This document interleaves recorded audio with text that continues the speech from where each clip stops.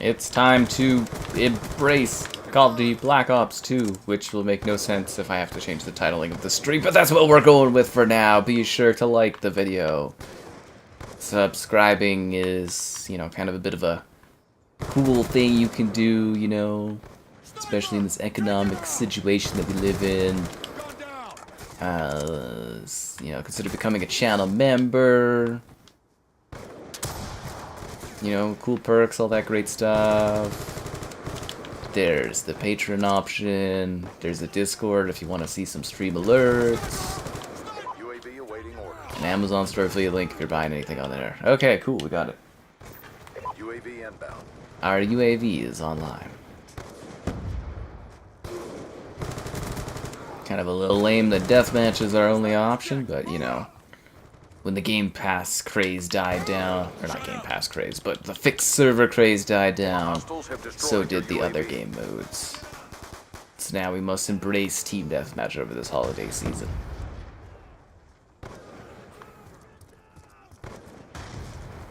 Anyways, I think the thumbnail turned out hilariously, but always spreading that Christmas cheer, what can I say?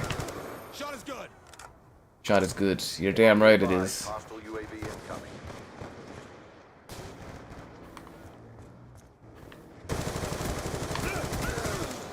Well, that was pretty lucky.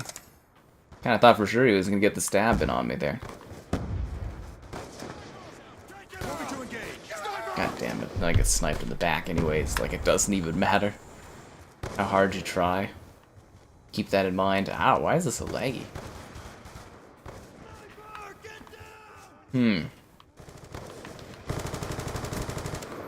Hostile UAV above. Ow. God damn it, dude. Black Ops 2? Black Ops 1 is where it's at, man. Black Ops 1. At least that's usually what I favor.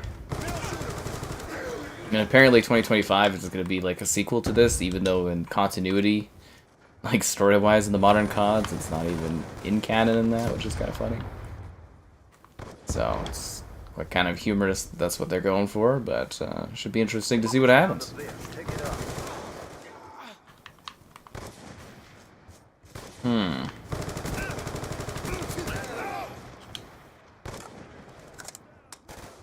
Wait, that's a bad guy I just walked right by. It's always nice to pull out a little Black Ops nostalgia before the holidays. And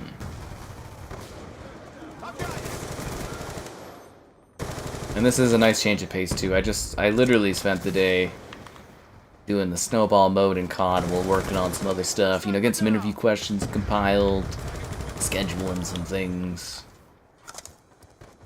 Kind of a boring day, to be honest. I have a ton of COD coin, or COD Battle Pass tokens stacked up for next stream, so... UAV inbound. yeah, I guess that's what really matters. What console am I playing on? We got our asses handed. Doesn't to matter. us. Regroup. Oh, Super, what's up?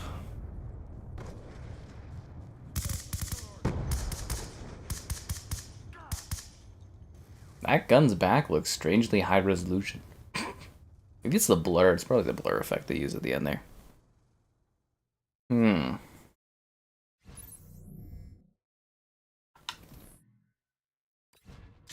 Oh, Hijacked in studio. How original.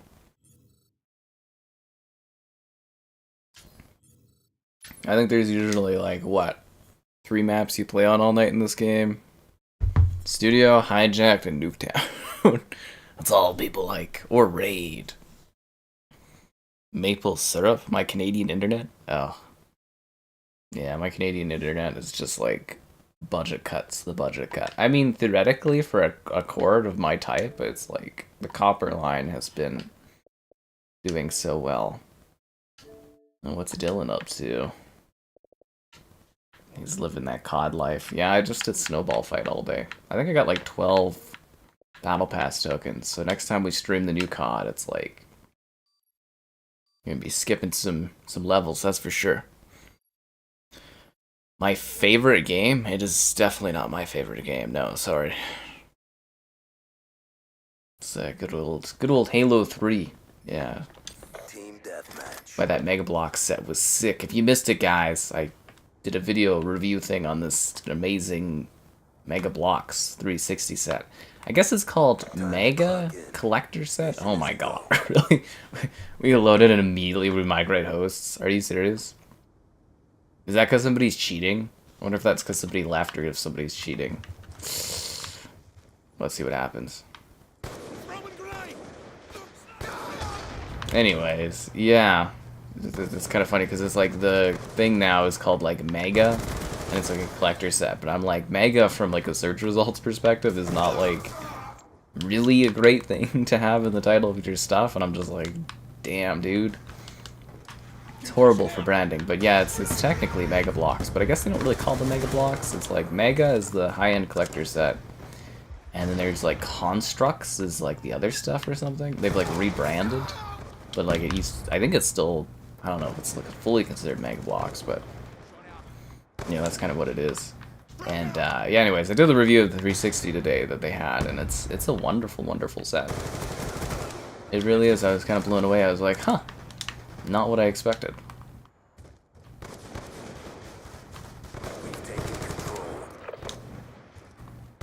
We're taking control.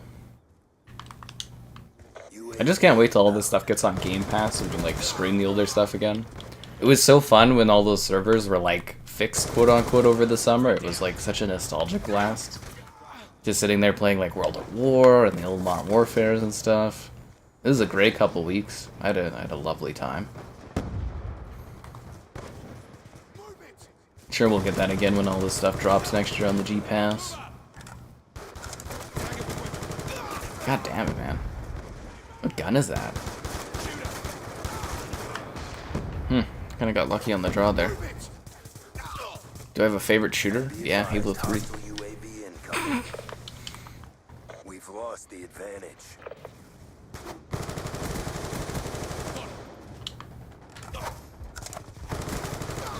And the auto aim in this game is so aggressive. I mean, some people are cheating, but like, I don't know if there's some from this match, but like the auto aim you get in general in this one is like savagely like lock on.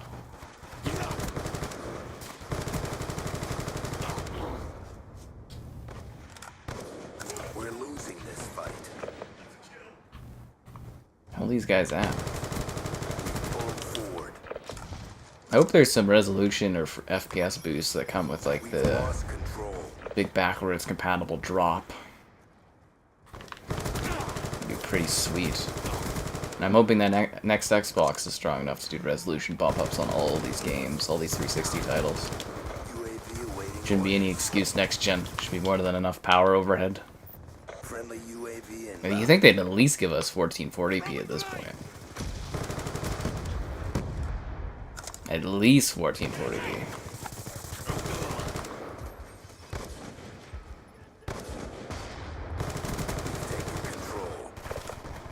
Damn.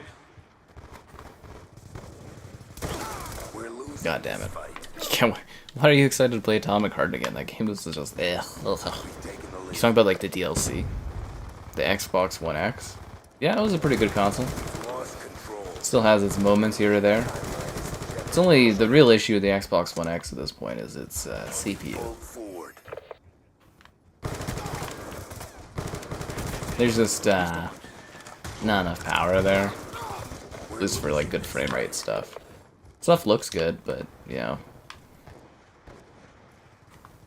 Anyways, for the time, the Xbox One X was pretty top tier. Made me believe in Xbox hardware again at its time, especially after the VCR Xbox One.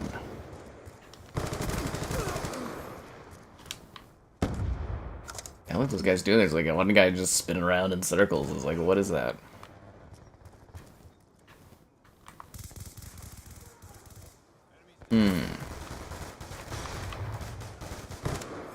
Oh, we won. So that was good. Brought the pain. Time to get paid.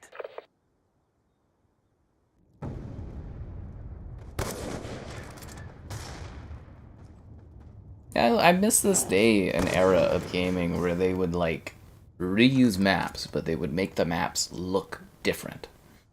Like, it's so boring now when they bring back maps. The maps just look the same as they used to instead of, like, actually doing something different with them. Because, like, obviously that studio's, like, a cool map, but it looks way cooler now that they've done something different with it. Kind of lame otherwise.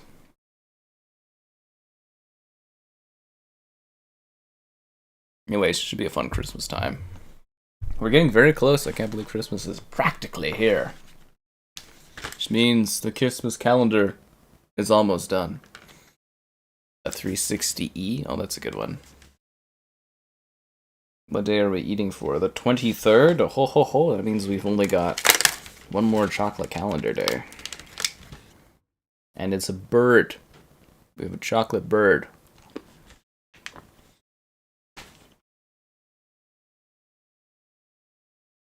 Yeah, the twins are cool. For Atomic Heart. Like, I like the world of Atomic Heart. You know, like the aesthetics, the design, the concept of it. I just don't really like how it plays, or the story, or that kind of stuff. But, like, aesthetically, it's a very interesting game to me, Atomic Heart. I tried to get an interview, but I could literally not find the person that voiced the Maniac robots. Yeah, the twins and the regular robots, too. Because they go from, like... Yeah, I think that actually was one of my favorite things in Atomic Heart, was, like, the robots. And they can, like, tell everything is going wrong and horrible, but they're like, I'm not programmed to be able to do anything, and they, like, kind of losing their mind and stuff. I thought the voice acting in that was so good for those characters. Like, not just the twins, but yeah, you'd come across all these, like, robot ladies that were just, like, either, like, getting terrorized by other robot monsters, or people were causing issues, and they're just being like, I'm not programmed to handle this. And I always thought that was very, very entertaining when I sat there and streamed and grinded that game out. But yeah, I was kind of expecting more of like a BioShock type thing. And it was just like, yeah, that was not fun to sit and grind through. I wonder if they revamped it, if it would be better. If they added more of a story-focused kind of mode thing or something. I don't know how to describe it, but yeah, I felt like you had to do more scavenging in that as opposed to like interacting with the story stuff. It was a bit of a bummer. I had really high expectations for that one. And I love the opening too, because like the opening is such a neat, you know, retro-futuristic Russia where it's like a bit of a utopia. I thought that was really great. And then afterwards it just kind of, as soon as you got into the open world, or, well, even before that, when you're in the little factory, that's when it just started kind of, like, falling apart, and I was like, ugh. You could probably actually go watch the stream I did and pick the exact part where it just starts going woo, down a cliff. Sonic Unleashed. Sonic Unleashed runs really good on the Series X and stuff. Fuck off. Confirmed. Look at that sniper shot. It's like 10 feet to the right of my character. I hate quickscopers, dude. I hate them. Quickscopers have actually gotten to the point where I don't even like sniping being part of COD anymore. I'm just so sick of it.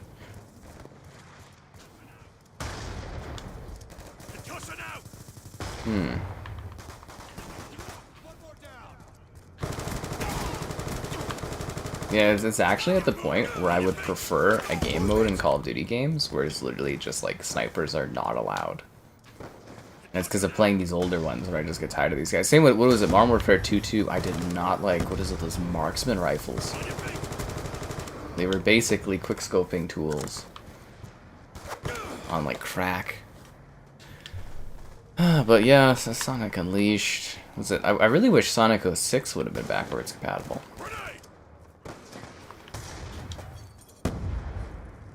Oh, you know what else is fascinating that I kind of learned recently? I don't remember what kind of led me to the learning of it, but like apparently Metacritic was used as a way for Microsoft to like delist 360 arcade games if they weren't like critically acclaimed enough. They would get just delisted from the 360 store, and I'm like, well, that's lame. I wonder if we're missing out on like so many classic 360 games. Microsoft, they're delisting them just because they weren't scored critically enough. Like, what the hell, man? It's because something's not like well received doesn't mean it shouldn't be available to people for purchase and stuff. Because yeah, that's something that would happen too. Sonic, Sega, they were at a certain point where they were listing anything, or like from stores they were listing anything that was like under, was it like 6 or 7 Metacritic score or something? I was like, what the hell, man? That's why Sonic 06 was gone for so long, and then they relisted it a couple years ago for 360, but never made it backwards compatible, which was kind of lame. But I'm assuming that one is because it's some technical issues or something. That one was always a little buggy. But yeah, if it was backwards compatible, I'd buy that one in a heartbeat for the lols. But I think that's going to be a Sonic game that's just kind of lost to time.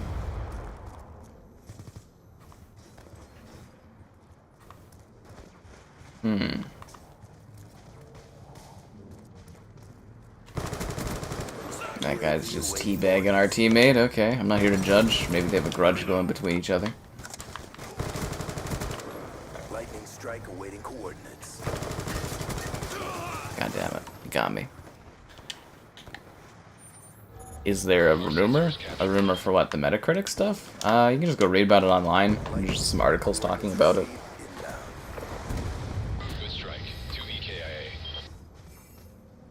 Yeah, the stuff from Xbox delisting stuff. But this was way back during the 360 era, obviously, with the arcade. I think there's just some articles on it. The Sonic thing, I have no idea where my source would be on that one, because I read that a long time ago. Like several months ago, but the 360 one was recent. And I don't remember what it was that I was reading that like led me to that info page. I think it was actually reading about the, maybe not the Aquaman 2 Metacritic, but it was something like that. And then I got like a link to this thing that's like a history of like Metacritic's influence on gaming and that. That's where I was kind of reading that stuff. Yep. Anyways, it's been a while. Be sure to like the stream. Subscribing's great, donations cool. Consider becoming channel member. Channel member gifting. Patreon option. The Discord for stream alerts. The Amazon store affiliate link. And GamerHeadquarters.com. I write stuff on the site sometimes. That's going to be a nightmare to deal with. I got to decide what I'm doing with my hosting for my website for next year. And I got to get all these, like, consent messages ready for stuff. Because they're kind of enforcing that now, like the GDPR or whatever for Europe and all that. And, it's all this Google ad stuff I'm going to have to play around with. Huge time waste. I make some money off of it, so it's, like, good to do, but huge time waste. Yeah. Let's get to it. Yemen. I don't know if this is a great map. It's kind of isn't it? But I guess it's better than getting the same levels over and over again. You know what I mean? Yeah, it gets kind of boring doing the same levels. I'm wondering if we need to redo the video titling to attract people. Whatever, we'll roll with it for now. Huffy 069. What a name. Alright, let's do this. I always remember people having like weird gamer tags and just being like, wouldn't it be embarrassing to like tell people you know what your gamer tag is when they ask so they can add you as a friend? Like your name's like the ball 69, I'd just be like, really? Would he like 5, 12? Look more like a 12-year-old thing.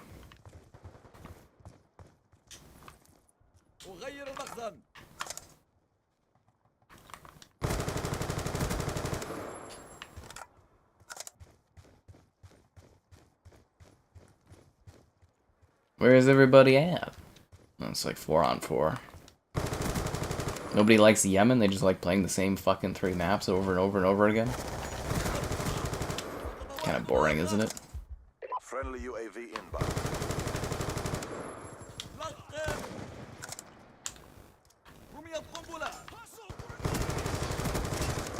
Guy doing like lame 360s.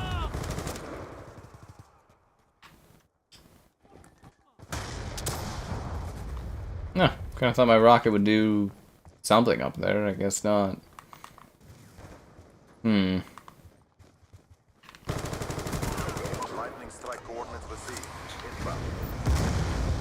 Yeah, it's just like a bunch of sniping dudes, really. At least there's lots of lobbies if this one dissolves, but I think it's probably going to keep going for a bit.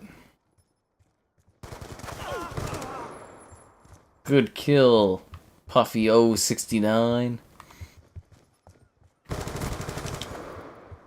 Low ammo. Well, that sucks. Oh yeah, because I don't have, like, what is it? I don't think there's scavenger on this, is there? The old days where you run out of, like, ammo, you gotta, like, pick up another gun. He sniped me right through. I think they just walk around. Yeah, people still, like, what the hell is it? I mean, that's how you cheat, right, is you use the 360. It's just, like, we always get, like, such a good laugh out of that when you see, like, a hacker, and it's, like, this dude, like, over 10 years old game, still just playing on the 360 just to get, like, cheats and stuff. It's kind of comical. Like, for some people, that's, like, their day. We see the same gamer tags cheating in this every single time I stream it, and I'm just imagining them, that's their life. Time to hop on Black Ops 2 on the old 360 every day. Then again, when I was talking with Kevin there, and he does the moving stuff, he says a lot of people are using 360s still, so... I don't know, maybe there's just like a strong community behind that. I have no idea. The snowball fight? You got Series X to play Sonic Unleashed. So did I! Actually, I got it for Sonic 06, they never made it compatible.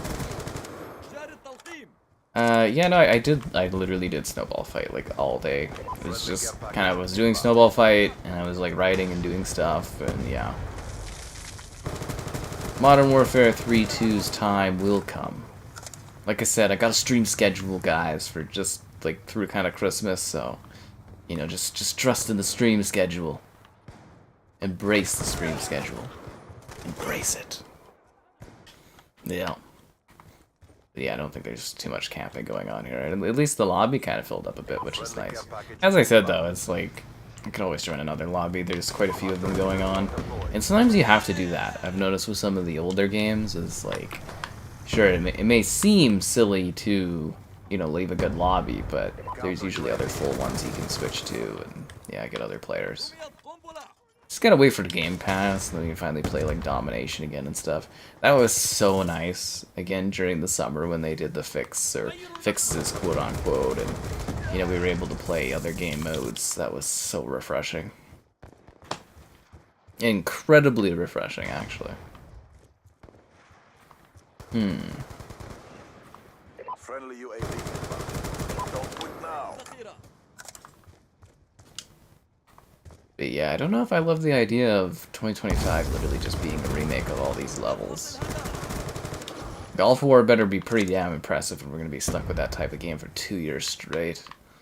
Ugh. I love how the solution to people getting burned out of Call of Duty is to make us play the same game 2 years in a row. Off and on, off and on.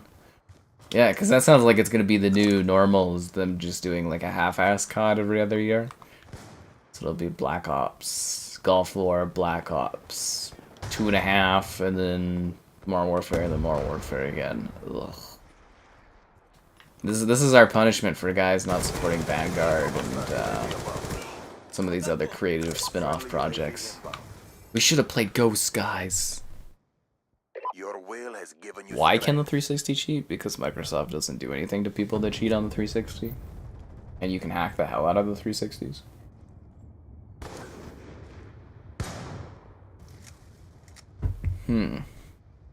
Oh, I'll play the new COD. I'm just gonna be scared of it. A member for 1 month. Nice. I'll play the new ones. It's like it's not like I'm not gonna, like, you know, stream the new ones. I'm just not necessarily looking forward to, like, 2 years of Black Ops. Because, like I said, I haven't enjoyed a Black Ops game in 10 years. So I'm pretty worried that I'm going to be stuck with it for 2 years of my life. But we'll see what happens. Yeah. I mean, I can barely handle 2 years of Modern Warfare in a row, which is kind of funny. But yeah, that was always the great thing about COD. Is, like, if you didn't like 1 year, the next year was always going to be different, or the preceding year was always different.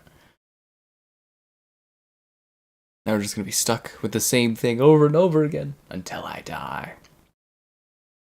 Give it a name, title adjustment on this.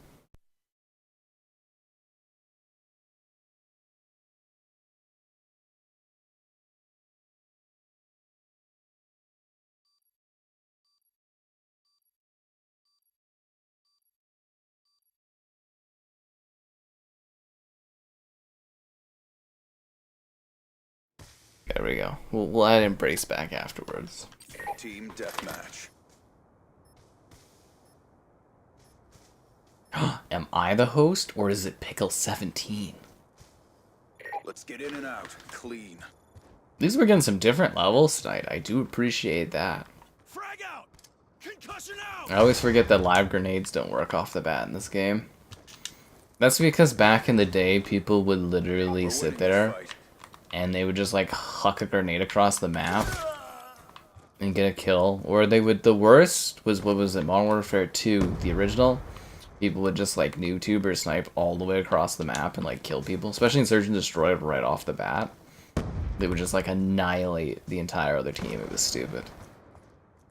Like half your team would be dead before even taking like a couple steps, really.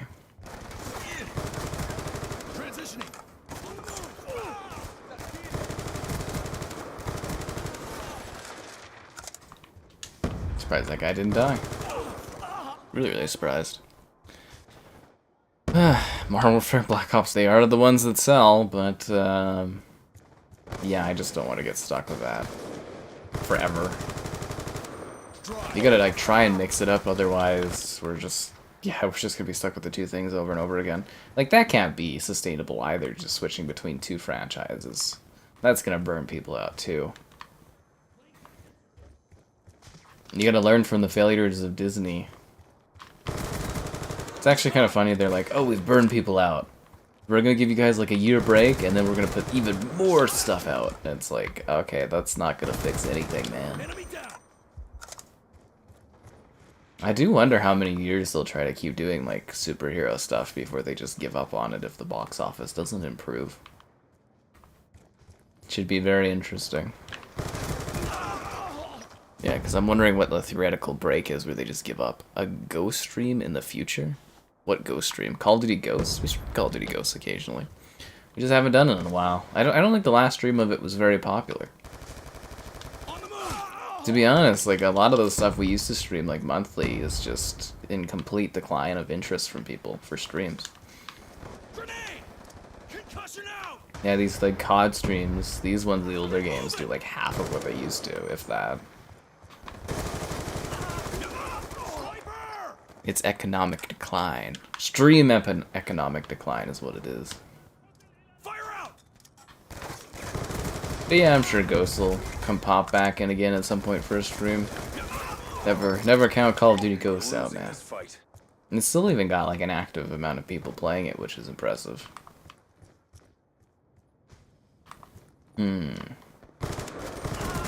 There's a guy trying to hide there with a sniper.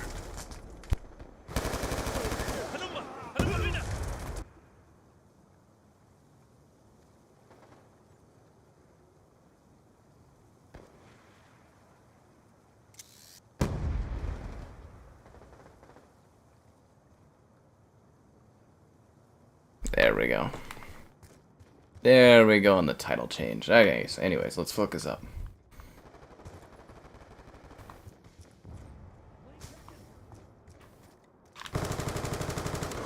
Guy's lagging a little bit there. Kind of to the point that he's like chugging along the screen. Same with like, what is it, Infinite Warfare we haven't done in a while, but I'm sure that'll pop up again. Topping off.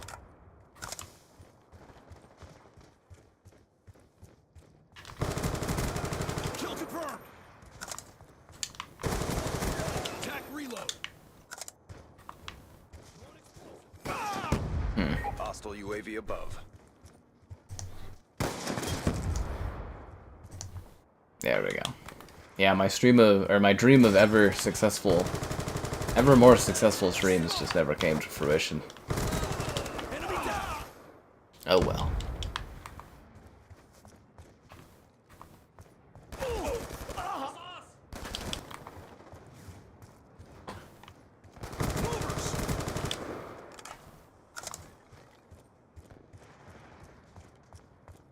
Yeah, I'm actually kind of surprised that they never do the remastering stuff. I always thought that was like a weird thing. Like, I get that it takes away money from the new stuff, but I am curious if Microsoft's gonna embrace the little remasters a little bit better. Like, I guess they're trying to, like, you know, replace that by sort of doing these half-assed, like, remakes, but I don't think that's really hitting with people as much as just a regular remaster would. You know what I mean? With Modern Warfare 3 2, just shoving in all old maps from Modern Warfare 2, I don't think it's the same for people.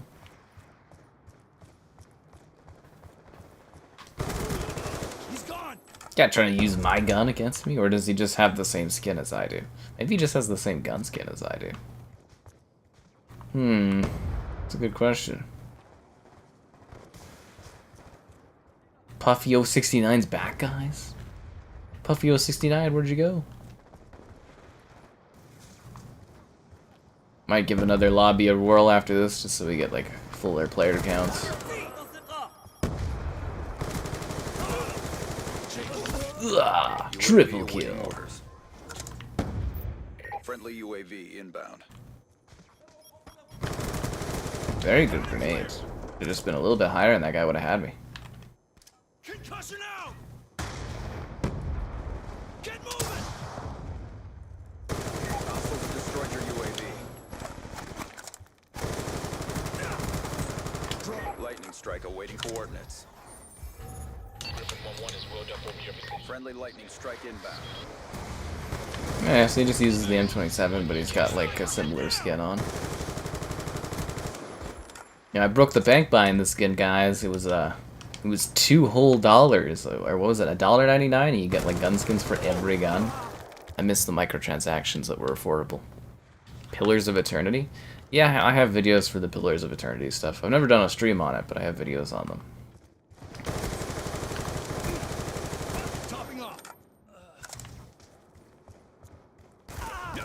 God damn it. A good week indeed. Yeah, it was okay.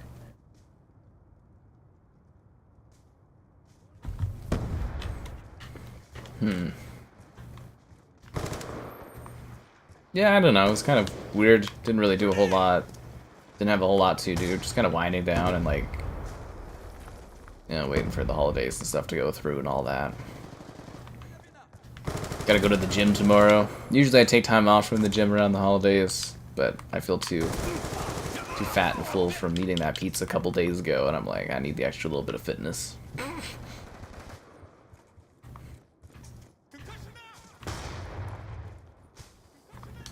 Besides, I like to get moving around. It has been, like I said, the warmest winter we've ever had. Like, it was like 10 degrees today again. It's amazing. It doesn't even make sense. Like, there's grass everywhere and stuff. Usually there's snow all over the grass every year. It's just bizarre. It's such a bizarre time of year or season here. Hello there.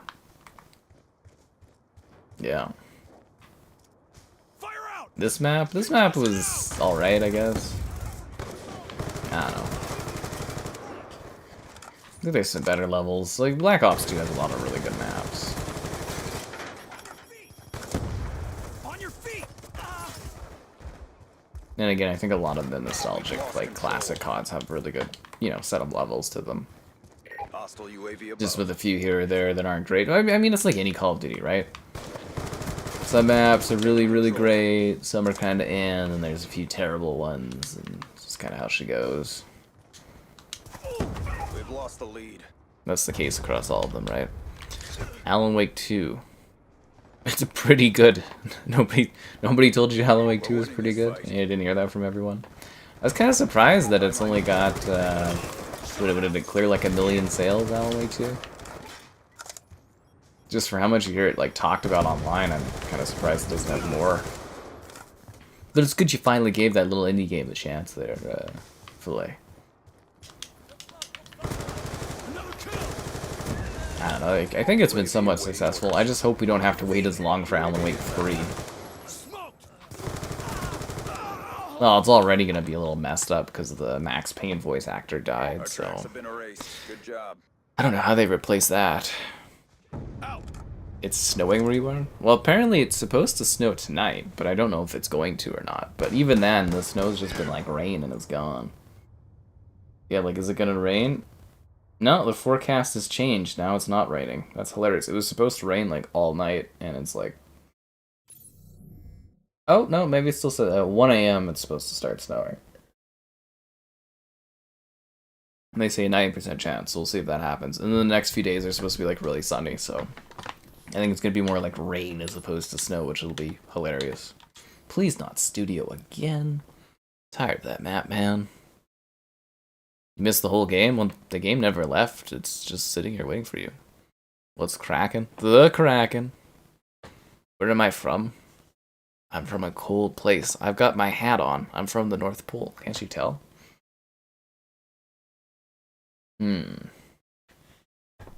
Looks like we're getting stuck with studio again. Should I try for a different lobby? Well, there's only 2 players missing. I am tired of this level. I guess the only difference is another map would be like Nuketown over and over. Maybe if everyone's really good and everyone's really special, we'll end up with zombies at the end of this. Oh, hey, Brett, hope you're doing well. Where he says, I'm Alan Wake, I'm a writer. I don't think he says, I'm Alan Wake, I'm a writer in Alan Wake 2, does he? 1.2 million gamer score? So you put up double the amount of gamer score I've earned in my entirety of doing, like, you know, achievements and stuff? Makes me feel like such a casual dude. I wish I had the time to achieve like that.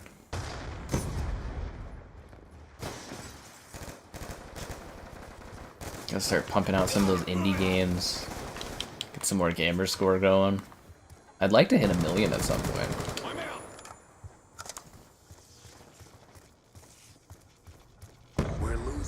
I'm sure eventually I'll hit it. Assuming I stick with that with the platform and stuff, I should essentially eventually hit 1 million. That's confirmed. Down. I saw his little thingy, like, hold X to destroy, and I'm like, oh, he's behind me. And then it clicked in my head, oh, it was the guy I just shot is behind me. And I was like, oh. I turned around and shot him. There's the dinosaur. Roar! He's so realistic. Okay, so now if they remake all of this stuff, these maps, from Black Ops 2, in Black Ops 2025, will they remake this version of the map, or will they remake the original version of the map, firing range, from Black Ops 1? Which version would they remake? Would they remake this iteration of it, or the earlier one? It'd be kind of funny. Actually, what I'd really love is a remaster of Black Ops 1. I'd actually almost prefer that one, because that one feels even more aged than this does. Hopefully Xbox just sits there and remasters, like, each of the CODs and just, like, you know, bumps up the resolution, bumps up the quality of them. That'd be nice. Oh, thanks for being a channel member there again, Dabber. Always appreciated. Yeah. Who has the time? You only have a PS5? Oh, that's rough, man. Well, eventually, when they add all this stuff to Game Pass, you should be able to subscribe to Game Pass and then stream it to, like, your browser or, like, your phone or something and play the Black Ops 2. That's another way to do it, and then you don't have to buy an Xbox.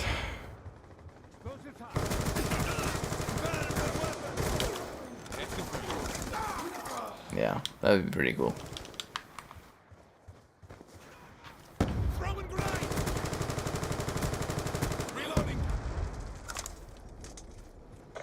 Stealth chopper inbound. A stealth chopper? Be advised, hostile lightning strike inbound. So what does the stealth chopper do? Is it just like you can't see it or something?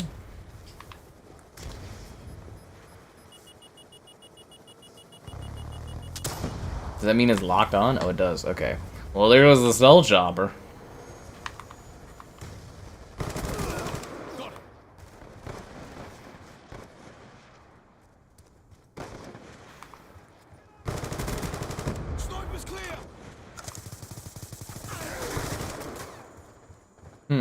Down you go. Yeah, tons of easy games. I mean, that's how you get that gamer score number up, right? Easy games help a lot. I actually got a lot of stuff downloaded, but I wasn't able to get any work done today. I was just like, well, I mean, I got work done, but I wasn't able to get any film work done. Too chatty. But I did get some stuff downloaded. I actually have no idea what tomorrow's videos are gonna look like. But I did get some cool stuff downloaded. I guess I could show that quickly. That's right, guys. We got hot videos coming for Cave Digger 2 Stuffed, which is a first-person shooter stuffed animal game.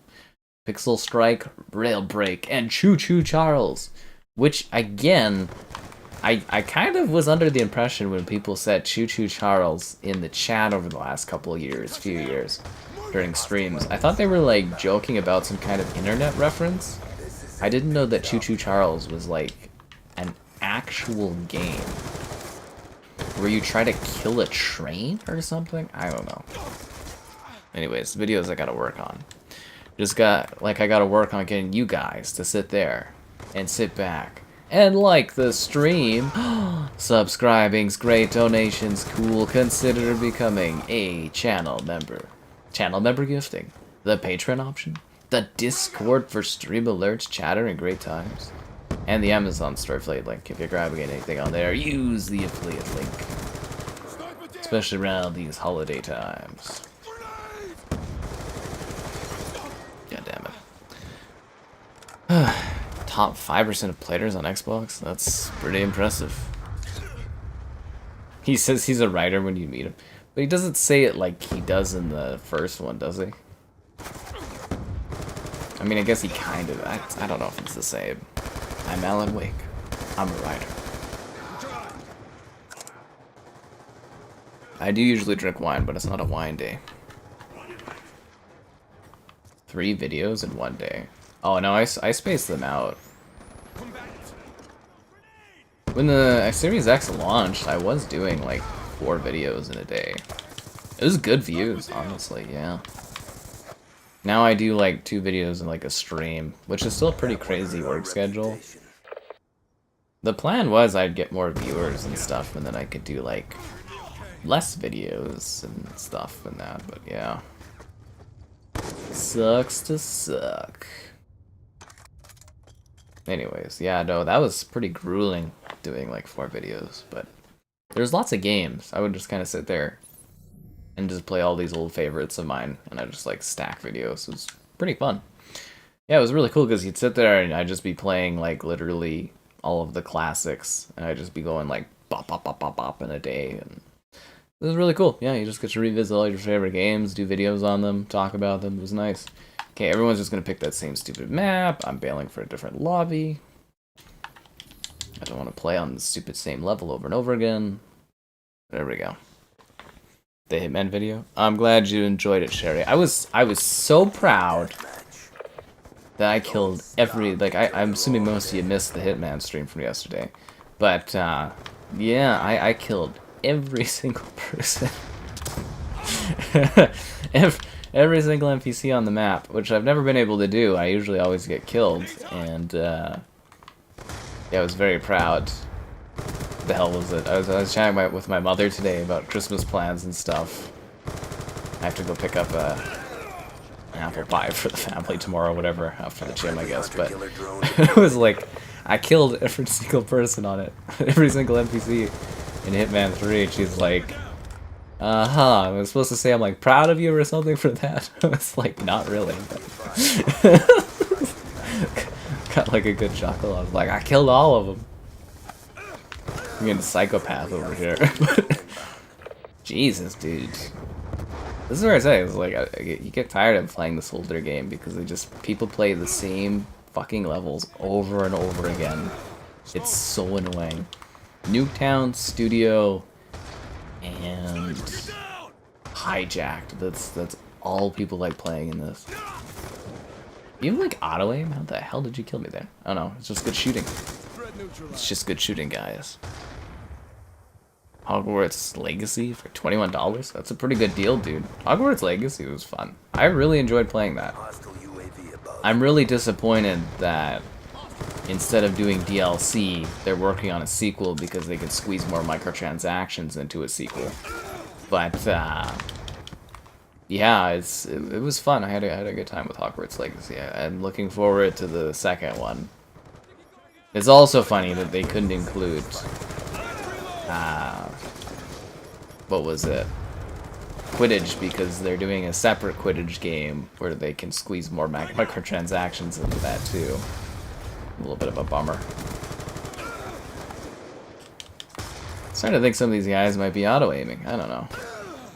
Fuck off. Really? Another kill. Yeah, I think the guy's cheating.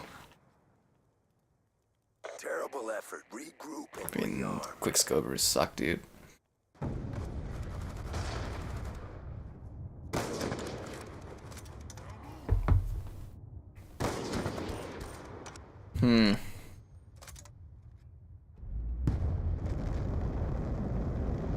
Another year. Yeah, another year of living. His name is Charlie? Whose name is Charlie? Pixel Gun 3D was a big mobile game, was it? I don't remember it being like a thing, but yeah.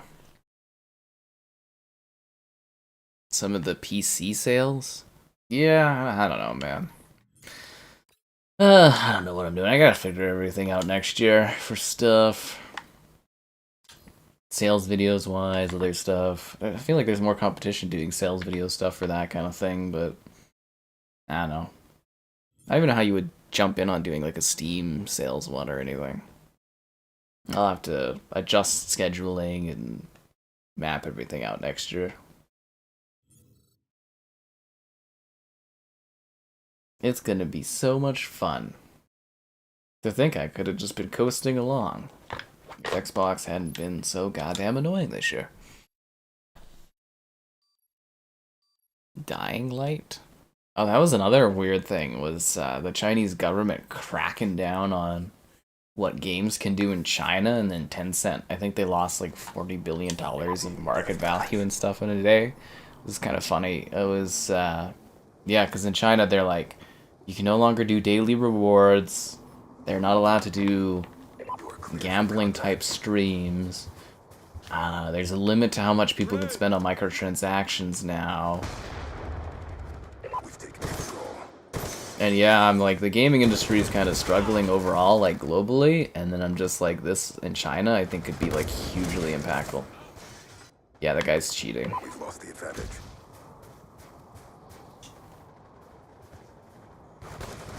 Sniper down. Fight.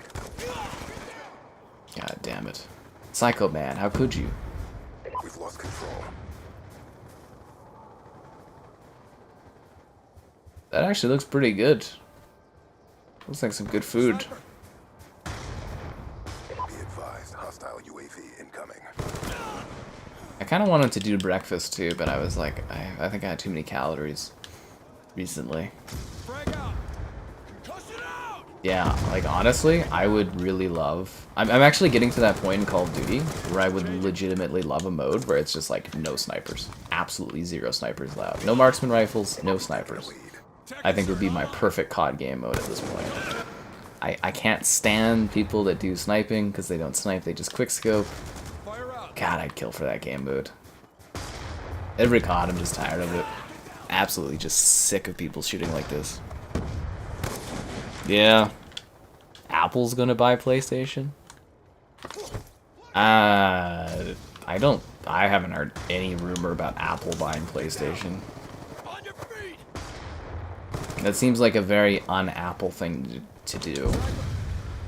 Like, Apple, they don't usually acquire companies. They steal and bully other companies. That's their game plan. They don't buy stuff usually. Yeah, no, I can't see Apple buying PlayStation. I don't see that at all. I don't know why. Like, I don't see why they would. Like, I mean, the premium PlayStation games kind of fit under that Apple brand that is pretty premium, but, like, yeah, I don't see that being a thing. I've also not seen any rumors about that. Because you wouldn't buy PlayStation, you would have to buy Sony. Like, Sony's not gonna, like, sell off PlayStation as one of their few profitable, like, sectors. So they wouldn't give that up. Yeah, I haven't seen anything about that kind of a rumor. I don't think Apple really cares a whole lot about console gaming. They only care about their App Store gaming. Frag out. Like, I guess from a standpoint, if you were trying to build up, like, the Apple ecosystem, like Mac, and making it more of a serious gaming area, I guess you could kind of do what Xbox does, like Microsoft does with Xbox, and have those games be available on your, like, you know, on PC and that day and date. So instead of buying it just on PS5, you could buy it on, like, Mac day one, and then it would come to PC maybe later or something, but... I don't know, I don't... Yeah, it would be pretty dumb if Apple bought Sony or PlayStation. I don't think you would get anything out of that. Well, I guess what happened, or at least what I was reading for the Tencent thing, because it, you know, it impacts, well, Tencent and NetEase are both impacted by it. But, like, the Chinese government did this because I guess some younger guy that was, like, a college student, he was part of, like, a streamer farm. So a streamer farm, I guess he would do his day as a student, and then he would do 9 hours of streaming every single day. So he would have a school job of, you know, going to school, blah, blah, blah. Then he would go to wherever and stream for 9 hours straight, and then apparently just passed out and died. Allegedly, I didn't read too far into this. So this is what I was just trying to get the gist of, like, what the situation is, and then I guess in response to this, China changed their rules around microtransactions, daily logins, and stuff like that. Because it is a controlling, like, you know, state in that, but that's gonna just, like, cripple... Well, I guess at this point, then Tencent would be looking at buying more Western companies so that they could do the microtransactions if they can't microtransaction their own country, right? Tencent and NetEase would be doing that. I don't know, it's weird. It is weird. PC quality games on their phones, yeah, they are, and it's like that would, again, that would be the one thing that I would look at if they were getting PlayStation, would be to, like, get more premier stuff on their phones, but they don't care about consoles. If Apple wanted to make a console, they would have already. They're one of the top gaming companies, and they don't even make games. They just milk their app store, right, for 30%. So, like, I think it would be really hard to buy Sony from, like, a perspective of, like, Japan government and, like, the overlap. Because it's like Sony Pictures and then Apple TV. Yeah, I don't think there's enough overlap there for there to be any antitrust stuff. Gaming, I don't see that there'd be any problem with Apple owning PlayStation. Music, potentially an issue because, you know, obviously Apple Music and then Sony with all the different music catalogs they have. But I think Apple could get around that. What are the departments? They do TVs. Apple doesn't really do TVs. As long as you could get by the Japanese government being a little shut in about selling, like, home country stuff like that, I mean, you could theoretically not have an issue with Apple buying, like, Sony, but I don't really see why they would. Like, Apple buying, like, a bit of... Because, again, traditionally, Apple doesn't really buy companies. They go in, they steal... like, workers, they steal, like, technology, and then they just, like, bully the hell out of the company with, like, lawsuits and stuff like that.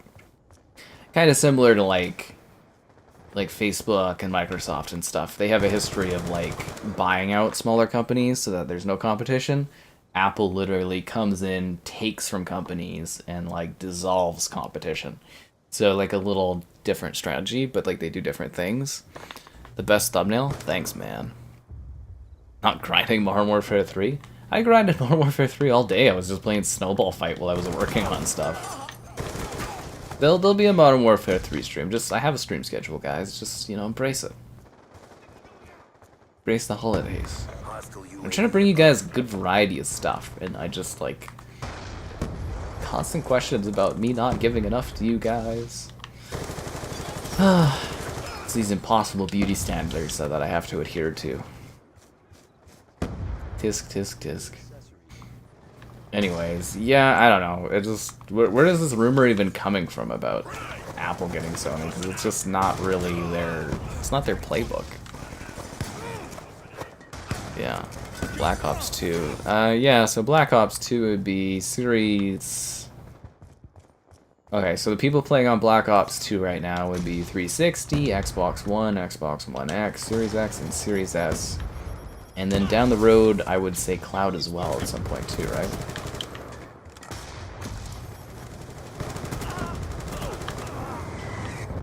But yeah, it's just not really an Apple thing to do. And Apple, they were ordered to stop selling Apple Watches in the US as of yesterday. Because what they did is there's this company who's pretty well established for like blood oxygen reading measurements. I can't remember what their name is. Missimo, I just think of Midsummer all the time with those kind of words. But yeah, what Apple did was they came in and they took like a few dozen engineers, paid them double to come work at Apple, took their CTO, created 12 patents that were basically copies of the original company's patents, and then thought they could just, like, it would be cheaper just to beat them in court. So now Apple has been ordered to stop selling their Apple Watches. So I don't know what's going to happen there. I don't know if Apple's just going to end up buying the company just to make it go away, or just pay, like, a patent fee or what, but yeah, Apple's, they're kind of a scary company, because like I said, they come in, they may be trying to acquire a company, but they, like, just kind of steal info and then destroy and dissolve companies. It's kind of creepy and crazy, but yeah. Hostile hunter-killer drone inbound.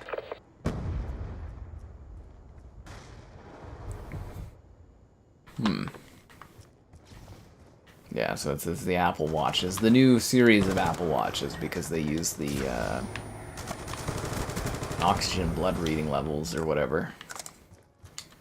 Which is funny, and it's only in the US. Like in Canada, I can still get an Apple Watch if I want one. Which I was debating on, but now I might wait till the next Apple Watch. I don't really need it, but I'd kind of like it. I like new toy techs. I mean, I just splurged on AirPods. I guess I should probably not waste any more money, but, you know. It is nice to buy something occasionally that looks cool. Yeah.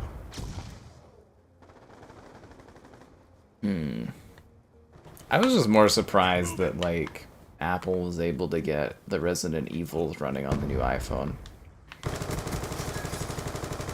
But it's kind of funny, because I feel like I missed out because I don't get to enjoy the magic of, like, the Resident Evil games on my phone, because it would have been really cool, because I'm in the Capcom creators group, so I could have, like, access to, like, do videos on those Resident Evil games. But they're only on the newest iPhone, which is funny. But, like, my iPhone's not that old. I have a 13 Pro or whatever, and they're on, like, what, the 15 Pro or something? And it's like, yeah, and it's, those games don't work on my phone. I'm like, my phone's not that old. That's the future, I think, of consoles, is that iterative model where eventually your whatever just doesn't work with every game, and devs choose how far back their game works for your consoles. I think that's the future of console gaming, is more iterative like phones. I definitely see that being a thing going forward. And then generation lines are just kind of gone. But yeah, I do find that really weird, because it's like, I think my phone's still relatively new. It was like, what, 2700 or something I paid for this freaking thing, and, you know, I can't even play, like, a new game on it already. It's like, Jesus. It's crazy. Well, I mean, it's a few years. I got my money out of it, but still. Christmas Eve? You never know, man. Yeah, the Samsung watches are cool. Oh, Merry Christmas there, but, like, I'd prefer the luxury of having an Apple Watch as opposed to a Samsung watch. I don't know. It just fits more into the ecosystem I have for weird Apple devices. And I think it's cooler. I don't know. Sometimes it's about how you feel and how you look with your tech devices too, especially like a watch, because like a watch is like an item of clothing almost. It's like a statement piece, right? you know, like your phones, people see you playing on your phone, but, you know, when you're walking around, your phone's in your pocket. But when you're walking around, you got like a watch on. People can see that you have a watch. I don't think many people really care, but it's about how you feel. And you should feel like you should be liking the stream. Subscribing, great donations, cool. Consider becoming the channel member you thought of becoming 3 weeks ago, but for some reason didn't. The Patreon option, the Discord for stream alerts, chat great times, and the Amazon store affiliate link if you're into that. And channel membership gifting. Varieties inspire you? That's cool, man. Yeah. Team deathmatch. Intel and well, we'll have to see how all the GPUs and stuff evolve over the next few years. It was a cool wild card that Intel threw their hand into the ring with a line of GPUs, but I think just like Nvidia has such a grasp on the industry and they're so far ahead of AMD and stuff that it's just like, I don't know how you come into that market and really compete unless you're someone like Apple that can just come in and just create great like silicon and stuff. It's just like, I don't know. Hardware and stuff, it's weird. It's like this stuff is growing to such large quantities that it's hard for new companies to come in and actually like make a difference.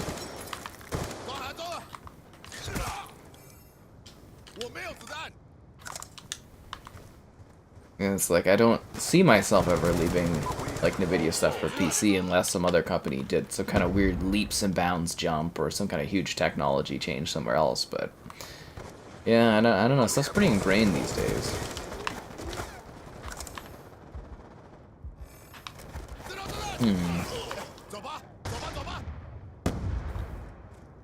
It's a weird time though. It's usually I can plot stuff out a little bit better, but it's madness. And you know, gaming has gotten so crazy over my lifetime, and then particularly the last few years.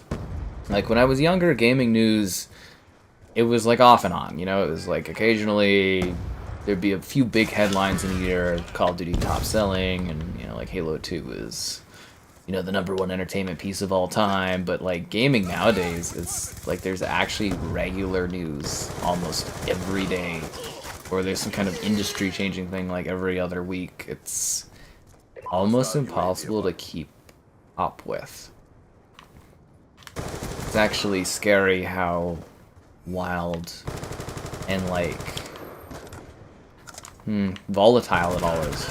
There's not as much consistency these days, so it's a lot harder to plan where things are going. We also have leaks like we've never had in the history of gaming going on, which gives us cool insight into the behind the scenes, but that also changes my planning too. It's crazy. Yeah.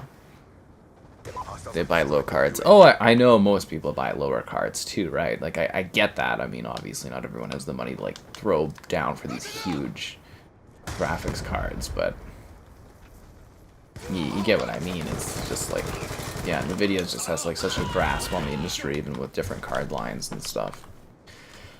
At least from what I've noticed, is like AMD doesn't really compete. And then it's not just like the GPU quality, you know, it's not just because, oh, they got like a 90 series, but it's also like the LSS and their technologies that NVIDIA has are like just miles beyond what AMD is doing. Absolutely miles beyond.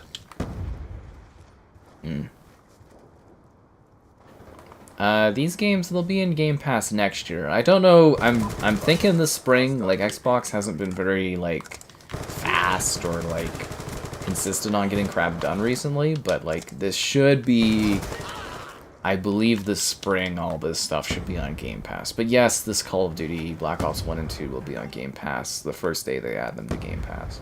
I have a great video on the channel that actually goes over maybe not when, but what to expect on Game Pass from Activision Blizzard. I do think it's pretty good videos, so I would recommend checking it out. I think if you just search on YouTube Xbox Activision backwards compatibility or something, that video should show up. But yeah,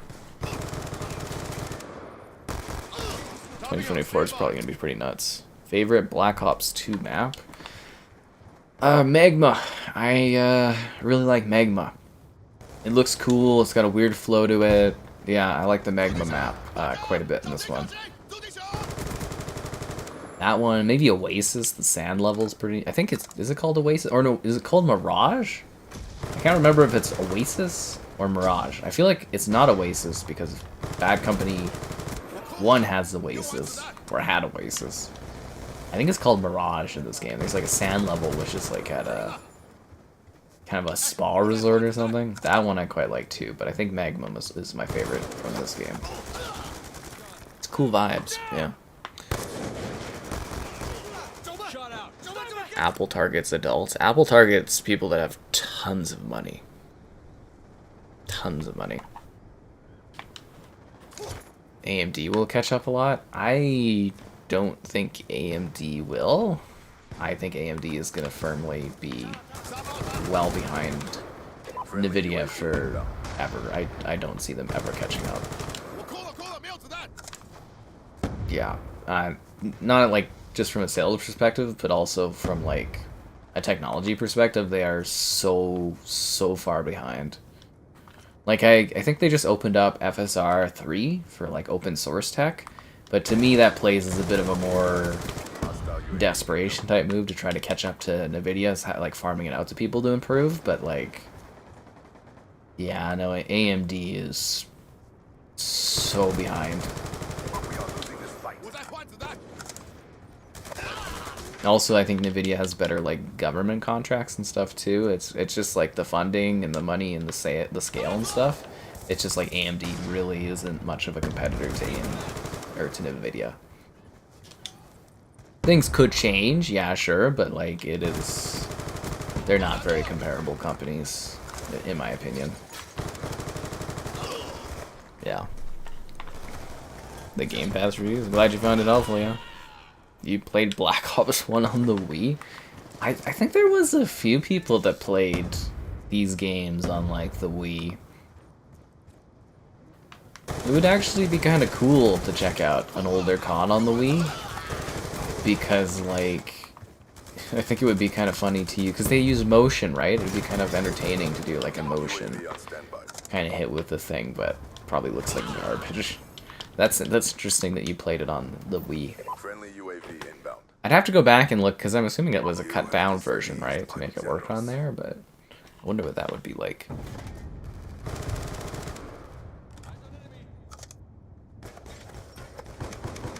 Microsoft was not fair.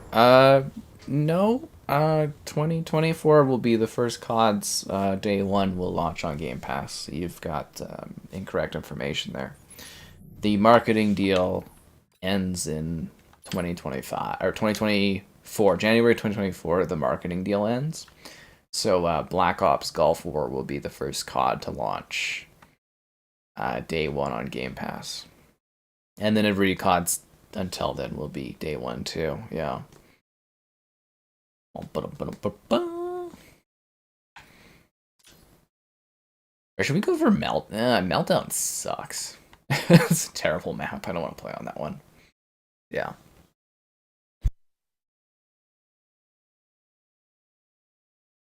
FreeSync. Usually it's like G-Sync and FreeSync around things. I think most stuff kind of supports G-Sync because there's more GPUs using it. All about open standards. Like I'm a fan of open source stuff. I'm a big supporter of it. I think it's a great thing. It helps, development and technology move along faster. But like, just like from a DLSS versus FSR standpoint, to me it kind of looks like, you would want to keep that technology in-house if you could. Like Sony has their stuff, Microsoft's got their stuff going on with it, because Sony is, what the hell is theirs called? So Sony has an in-house DLSS technology. It's not DLSS, but it's a different name. And then I don't know if that's going to be a branch of, because Insomniac, they have a scaling technology. I can't remember what it's called. It's like SSR or something like that, SSIR or something. So Insomniac has an in-house scaling technology that they use on the Spider-Man games for PC. And then apparently Sony, and I don't know if it's going to be a fork of that, has a technology coming that's like a scaling technology. That apparently will be on like the PS5 Pro, I guess.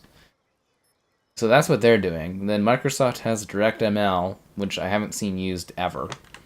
Or I don't know if any game is actually using that technology at all. Because that one, what they're doing is Microsoft is like doing a hiding scaling system. So their concept, and you can go watch a demo of it from GDC, which is the Game Developers Conference. Their idea is like if you look away from something. Oh, so that guy's just yeah, okay, new lobby. So Microsoft's idea is that like when you look away from something, the resolution will go down. And then did I join the same map? I did, okay. Let's try to find other. And then as you look closely at something, the resolution will increase. So it's kind of like saving on assets by having you kind of like look at different things, if that makes sense. Some games already do that, but theirs is a more advanced take on it. And then Sony's is just a resolution scaling. Then there's DLSS, which everybody knows. They're moving into the ray tracing reconstruction stuff. Then there's FSR, which I think is pretty awful most of the time. But I'm looking forward to seeing FSR 3 and if that's an improvement.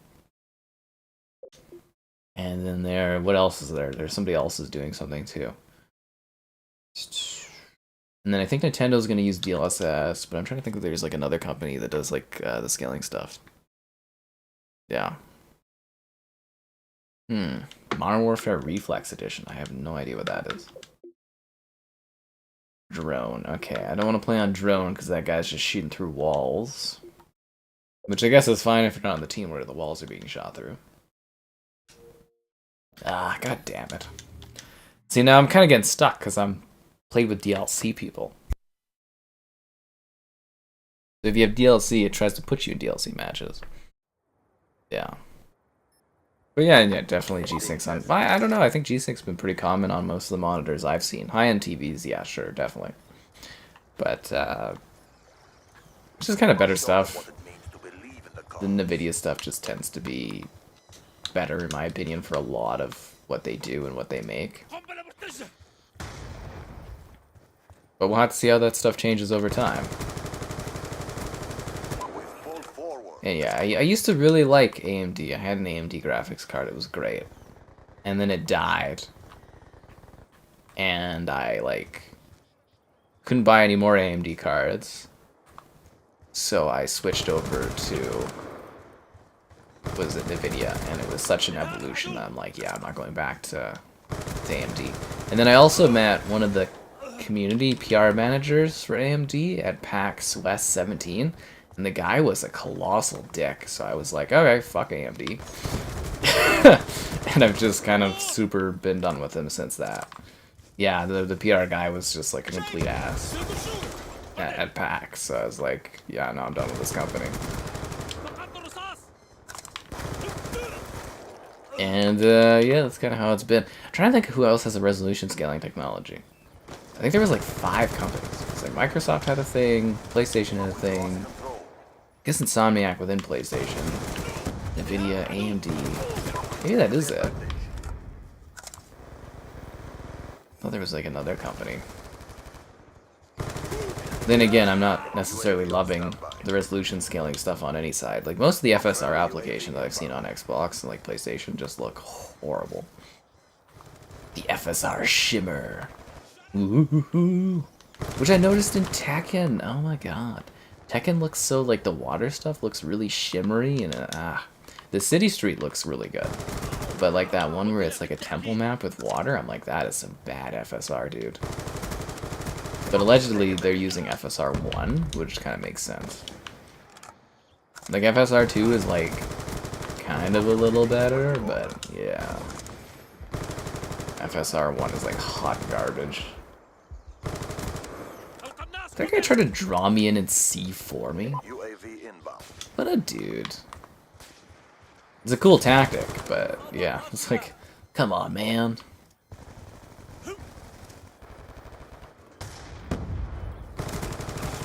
Oh my god, it's kind of like when I met the creator of Discord or something. It was either the creator of Discord or some high community manager of Discord. I got, like, it was... I think it was PAX West 17 actually as well. And I was like, they wanted to meet me, the Discord people. I've told this before too. They wanted to meet me, and I was like, I went there, I found out where they are, and I was like, hi. I got like an invitation personally from this guy. I think he was like literally the CEO, and I think they were smaller back then too. And he like wanted to meet me and talk to me, and I got there and I'm like, well, you guys want to chat with me? Or what was it?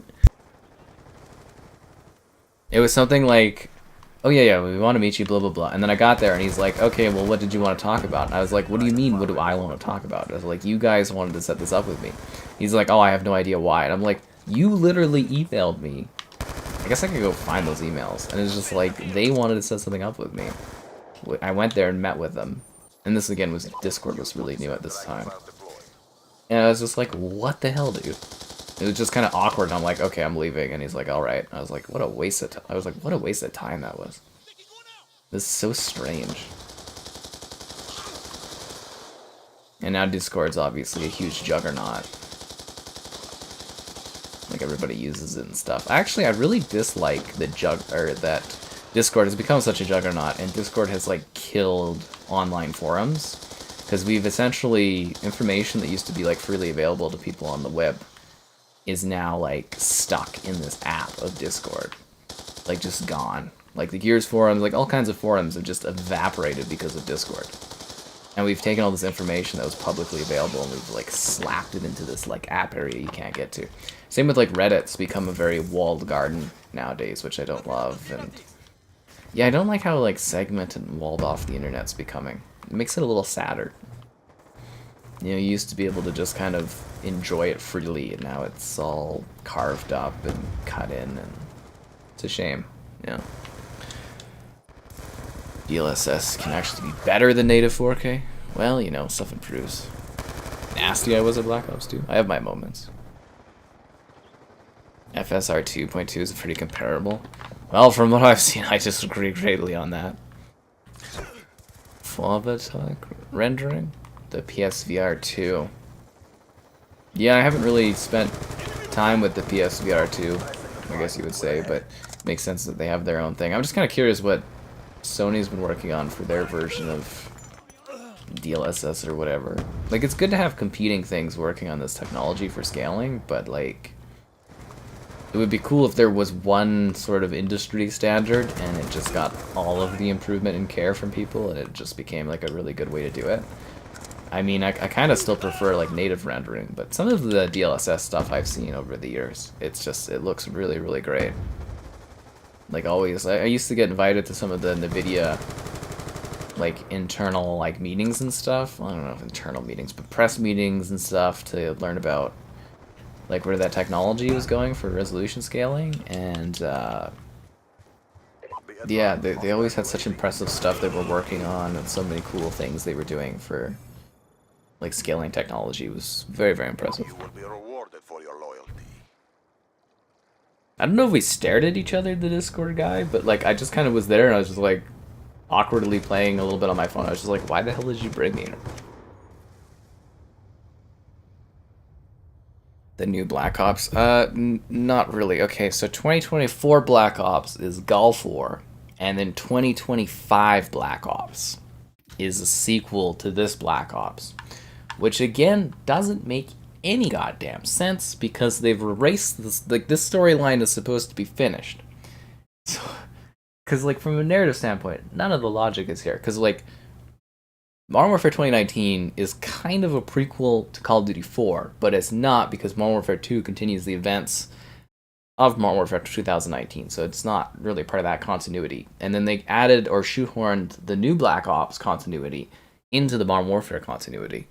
And then somehow the 2025 Black Ops is supposed to be a sequel to this, which is part of the old continuity. Makes no sense.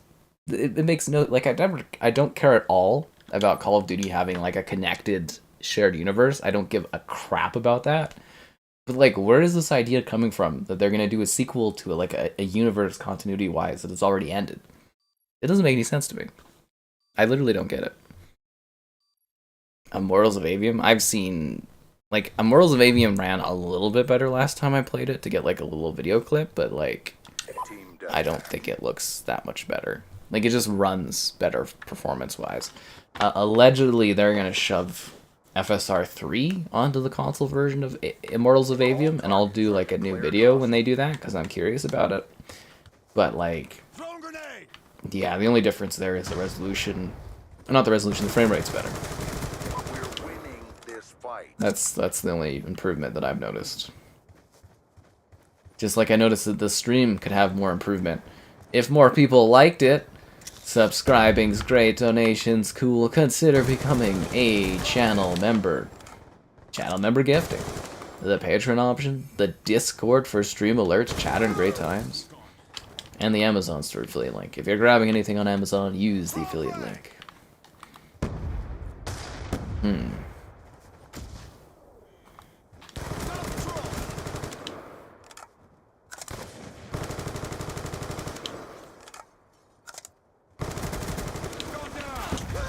God damn it.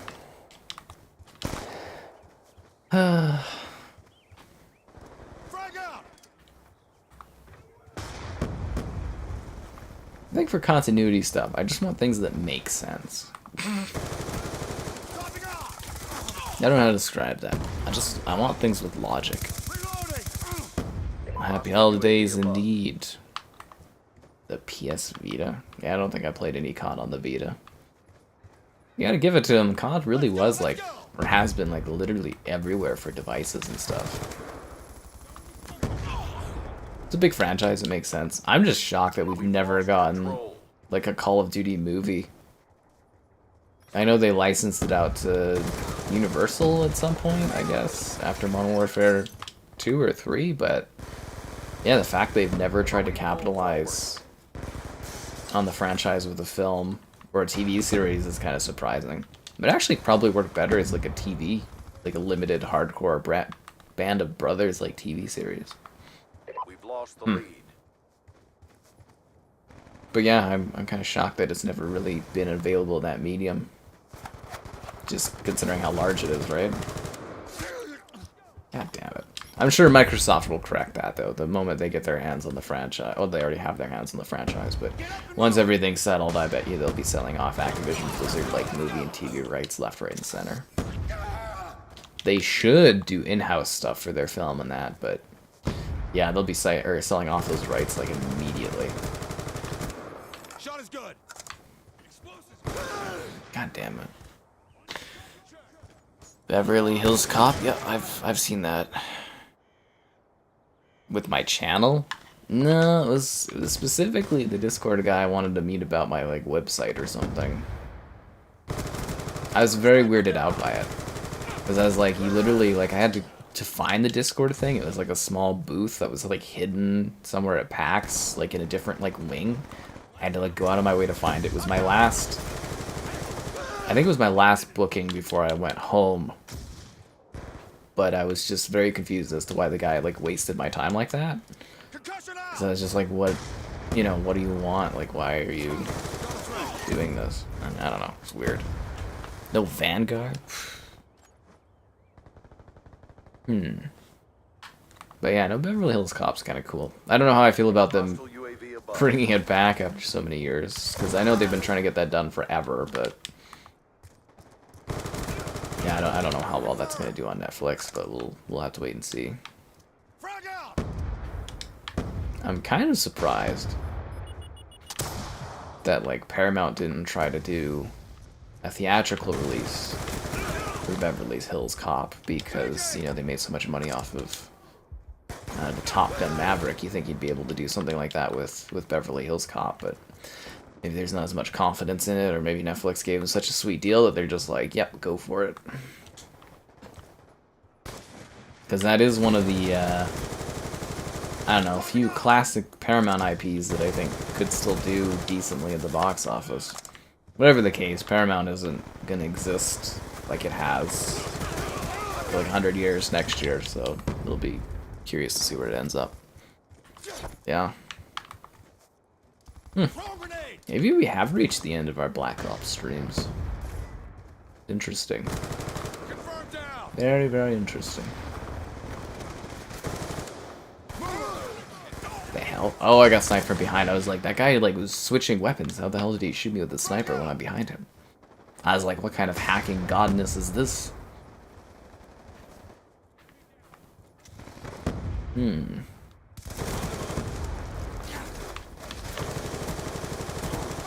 Oh, come. He knifed me? I'm like shooting the dude with this gun and he's just, ugh. I also think it's neat that this game has like a prehistoric version of like resolution scaling. I don't know if you guys noticed that, but like a lot of the environmental textures in this game, Kill confirmed. they kind of like load when you get up to them a little bit. I guess that maybe that's just like the console, like the way the console cache for the 360. Maybe it's not resolution scaling, but I don't know. I'll look into that more. You notice that like some of the textures are sort of like low res, so you get up like close to them and they start loading in. They look way nicer. I guess they would almost be like Unreal Engine, because that was a great way to tell an Unreal Engine game was like if the textures took a second to load in before the, you know, your match started or whatever. It's always kind of funny. They've largely cleaned that up for UE5. Yeah. It's over. Mission failed. Step up next Hard to make a comedy. Well, comedies don't do as well in the theaters. X-Men Origins Wolverine. I've never played that. No. I've tried to get a copy of it, but I have not been able to yet. Yeah, Paramount and Warner Brothers. Vanguard 2, that one didn't sell very well, and they shoved them into Modern Warfare. But yeah, no, we talked about that a couple streams ago. Warner Brothers and Paramount and stuff. It's intriguing. It makes sense, but like I don't love the discovery part of it. I think Warner Brothers is just gonna like carve up Paramount, which would be sad. Forming a monopoly.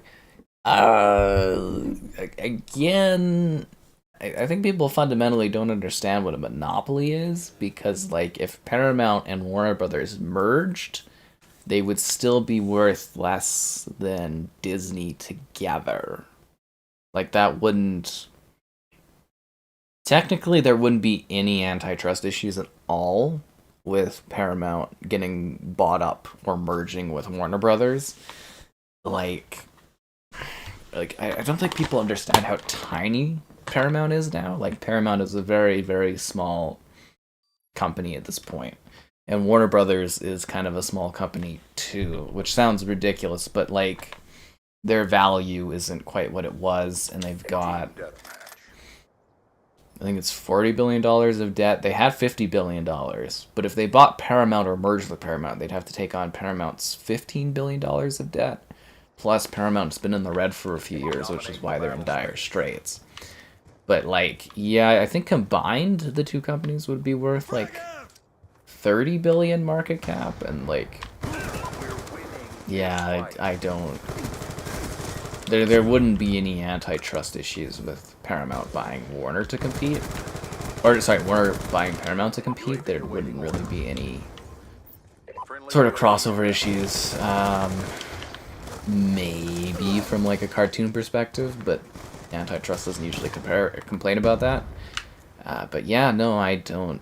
There wouldn't be any real issues that would prevent those two companies from merging, especially with the current state of like the film industry. Yeah, that wouldn't be at all a problem. Yeah, not in the slightest.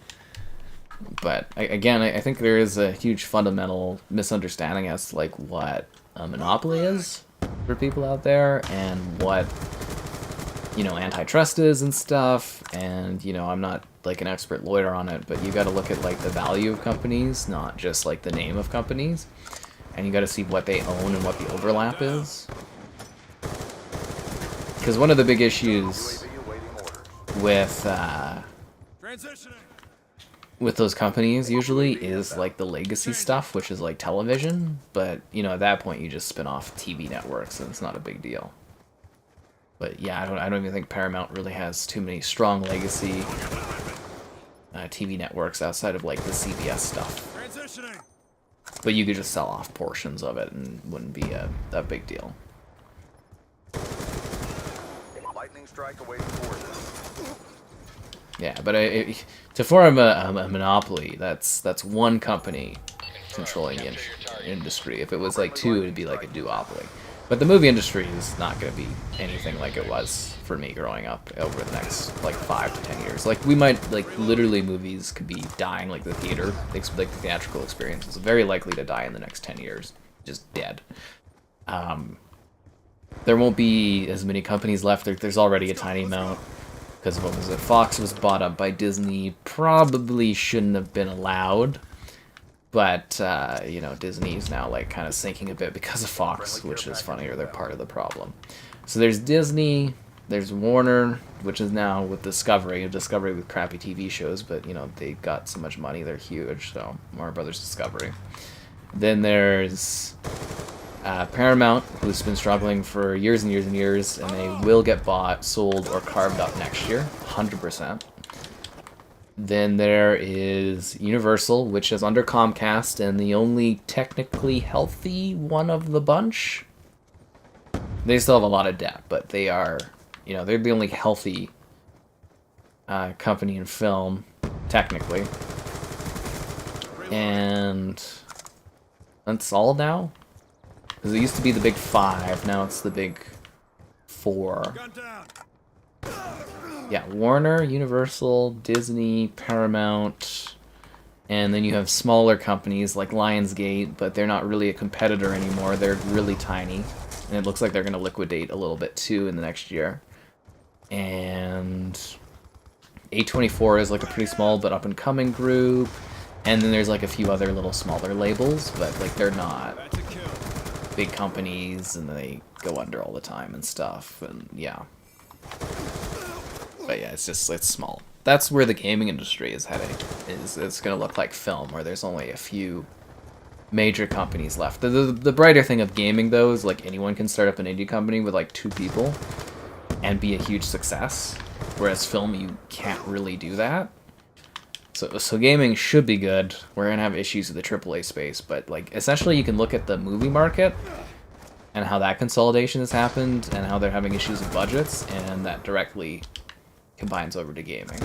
Because gaming is a little behind, but it's catching up to that whole streaming and subscription-based service system, and that's kind of what sunk film.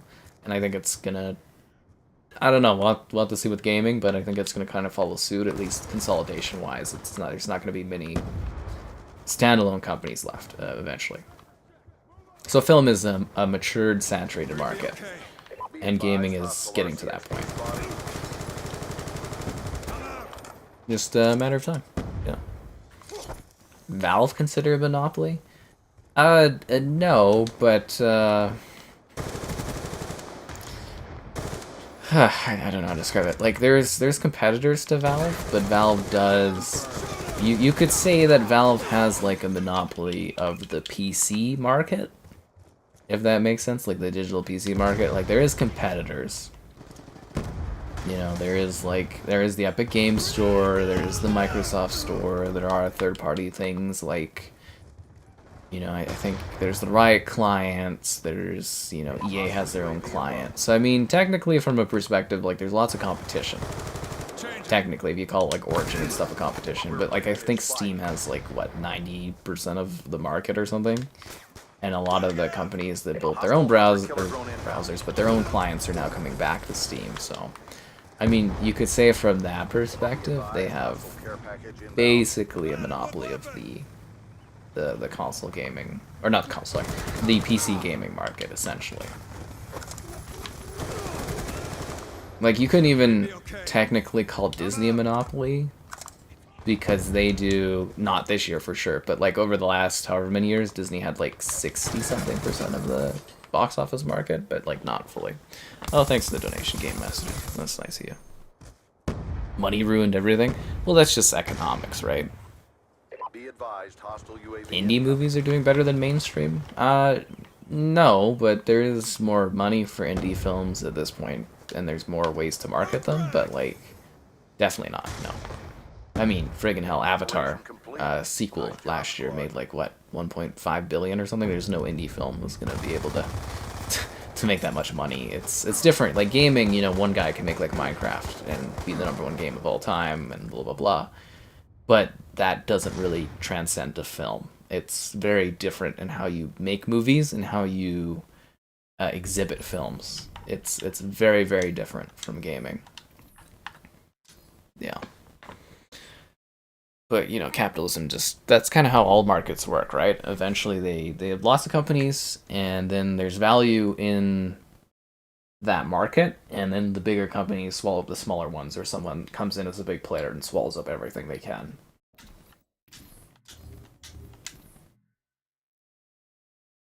That's just capitalism in general, right?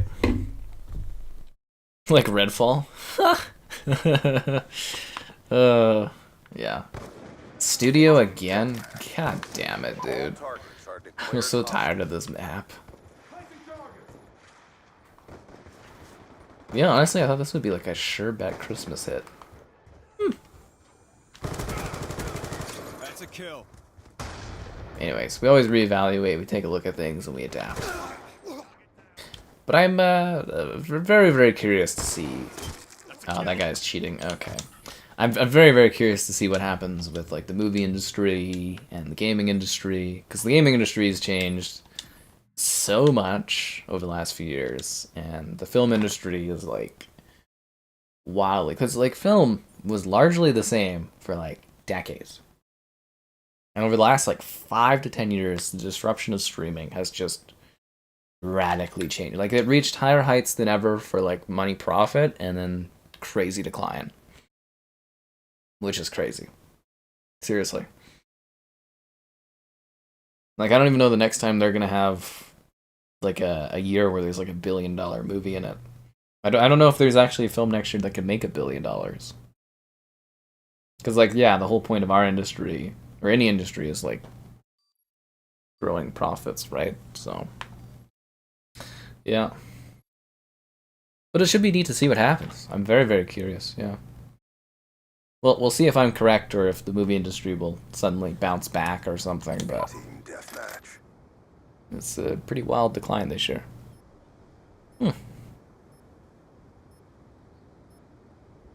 The 360 mega blocks, I really enjoyed it. It was really cool. I think I had a nice little review together for that, but yeah, I really enjoyed that, the 360 mega blocks thing. At some point, when I get my shelves all reset up, I'll pull that thing out and have a nice little display unit of it. It's nice. It really is. It like recaptures the nostalgia and the magic of the 360 era pretty nicely. I'm kind of hoping they maybe do little side sells of like boxes for other games. Would be sweet. We'll have like a little Gears of War case. Asteroid City on Prime. I like that one, but I think didn't I talk about that and review it or whatever when it came out? Like, not a video review, but I think in a stream I talked about it. That I don't know if I liked it as much of as his other work. For sure. Like, it's Wes Anderson, but it's kind of like a really depressing, kind of like out there sort of film. Like I don't know. Yeah, I don't know if Asteroid City was my favorite of his work for sure. I've definitely, probably my least favorite Wes Anderson movie. His other films are all so delightful. What kind of car should you get? You got a write-off? You can get a car but not be a channel member? Oh, tears in my eyes. Anyways, I don't know. What kind of car do you want? What kind of car do you like? I'm not like a car guy. Like, I'm not... I don't know, if you can buy like a luxury car, go get like a cool luxury thing. If you want like a practical car, go buy a practical car. I think the markets are also different, because like in Canada, it's like all SUVs now, I guess. Like a lot of the cars are just like gone. But yeah, it really depends on where you live and what kind of vehicle you need, and if it's like a functional vehicle, or if it's more like a, you know, cruising through the city, nice car. It depends on what you want, man. Yeah. Xbox, yeah, they've been doing some good sales on the Xbox console, but it's kind of a little too late to bridge the gap, if that makes sense. I mean, the sales are 3-to-1 now for PlayStation over the Series X and the S together. They should have been doing these sales earlier. It seems like they're just, I don't know, trying to stop the gushing or the hemorrhaging of the market share.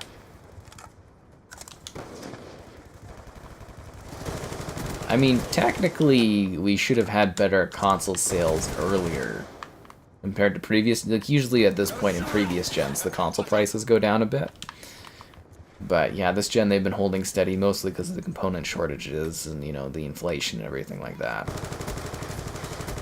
So technically the prices should have went down already, but it is good that Xbox is finally doing some sales. I've noticed some Canadian sales too for consoles, which is nice, but like, yeah, I think the market share's gotten a little too lopsided because PlayStation's been doing good sales all year and, you know, actually like sell cuts and stuff, and then getting those consoles out the door, and I think Xbox kind of missed the mark on doing better deals and having inventory for people too. Yeah, no, we'll see what happens. Yeah, but it is good that they're doing price cuts. It's about time.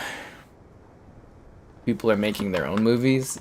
Yeah, but like sure, I could sit there and I could film like a movie and make something of my own, but like, you know, an indie film is never gonna make the money that a huge blockbuster that gets like theatrical exhibits and Netflix stuff is gonna make, right? It's not like gaming where I could make like a crazy game like Minecraft and make, you know, be the #1 game in the industry. That just doesn't work in film. That's just not what happens.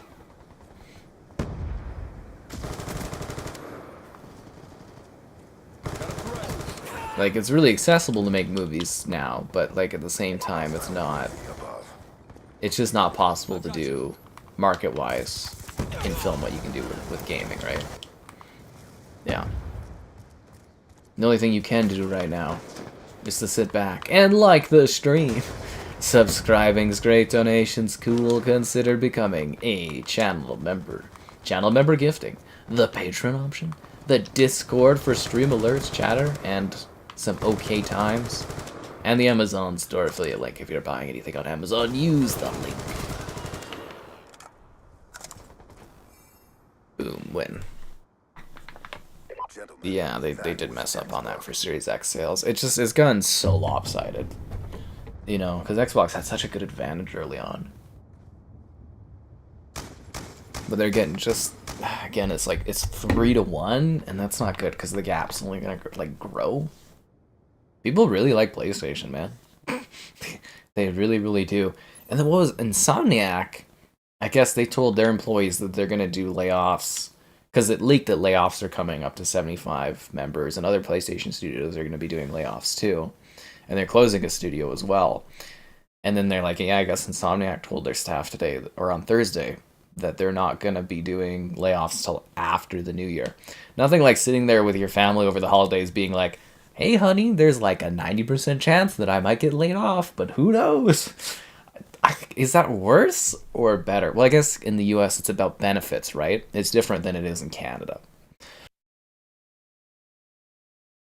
I guess after the holidays, it's like you get your benefits or something for the full month, whereas like if they do it before the end of the holidays, then you lose your benefits.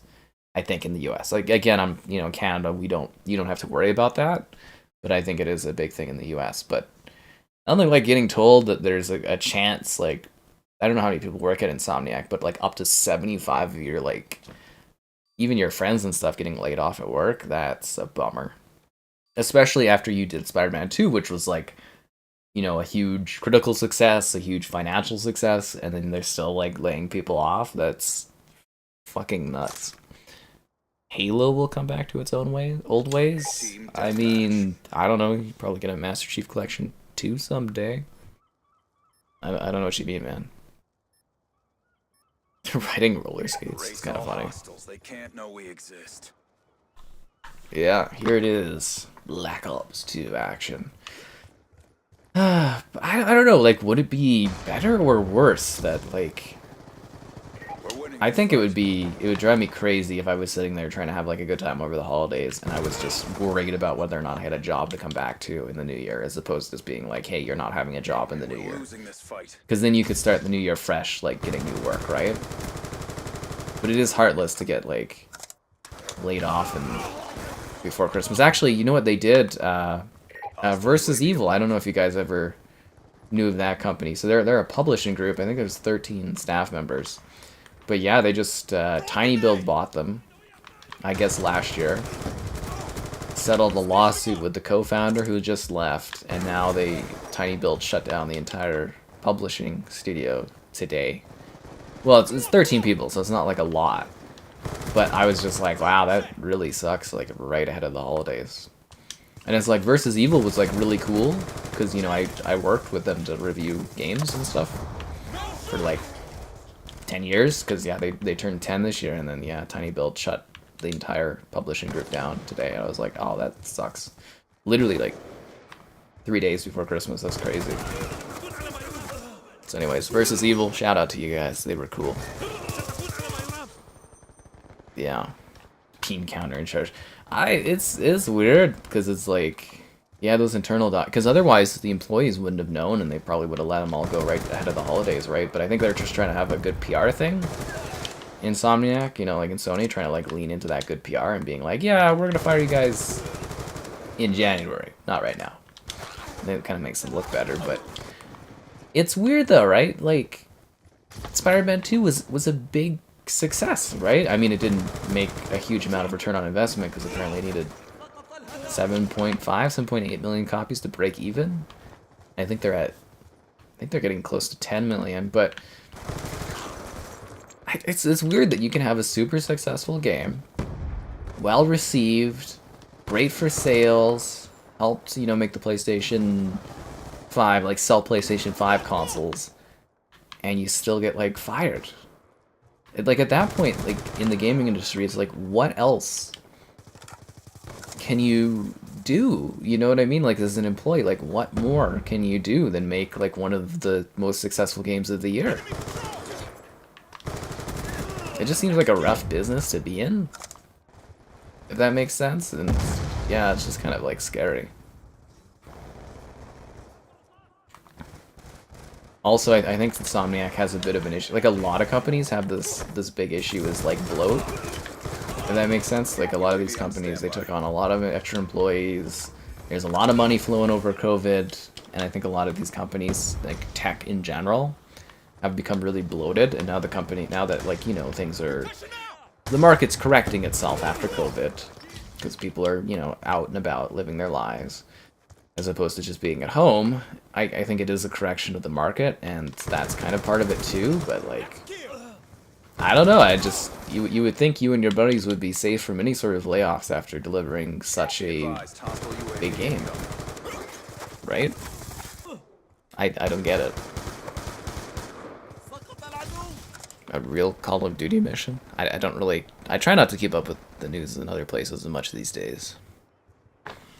Not being on Reddit has helped so much with not hearing about weird things in other places of the world.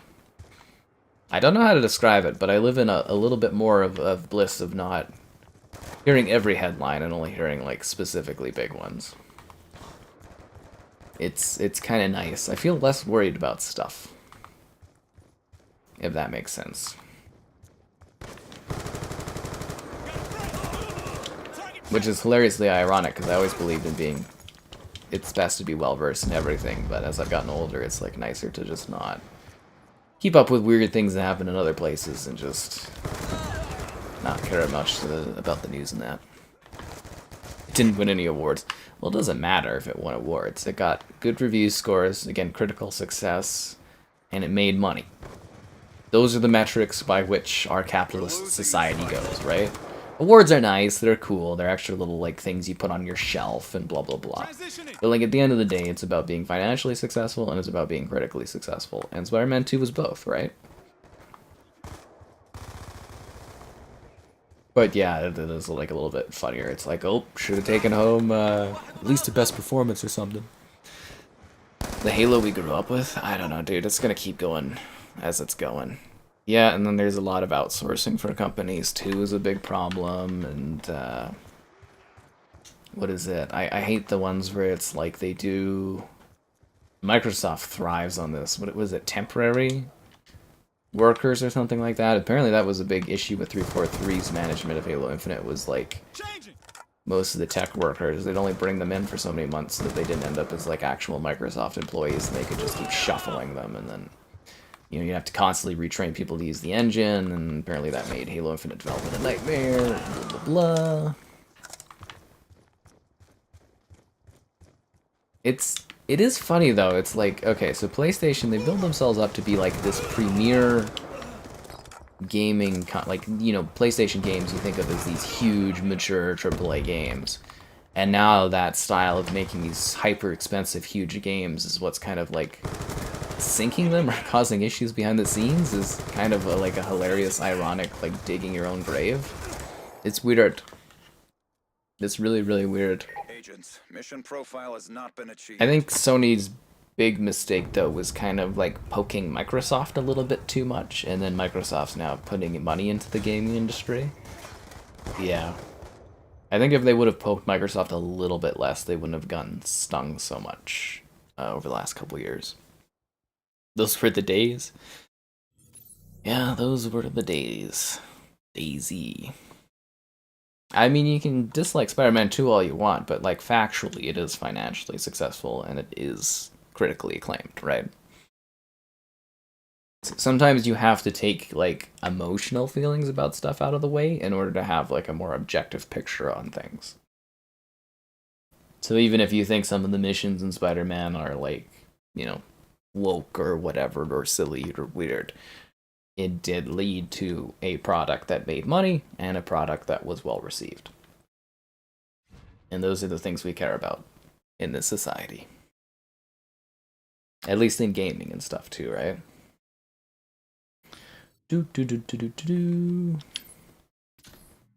Vertigo. I actually like Vertigo. It's kind of a neat map. Kind of a neat level.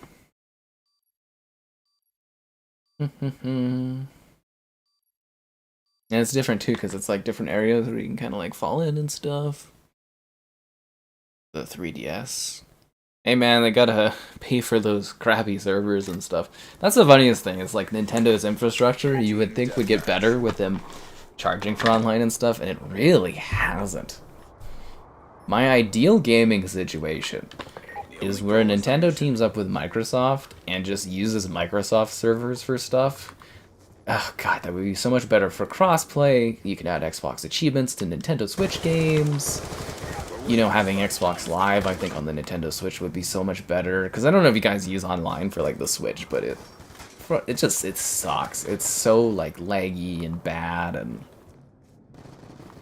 it really sucks. The only justification, really, for paying for the online is the fact that you get access to some of the stuff, right? Certain tiers, like Nintendo, whatever, Online Plus or some crap.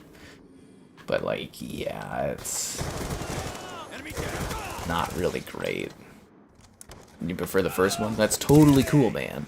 Was Spider-Man 2 fun? It was another Spider-Man game. I had fun. I don't know if I haven't had as much fun with Spider-Man 2 as I did with Insomniac's first Spider-Man, but, like, it was a great game. You know, it was good. The funnier thing was like, looking at that game, was that a game that was worth $300 million on top of things?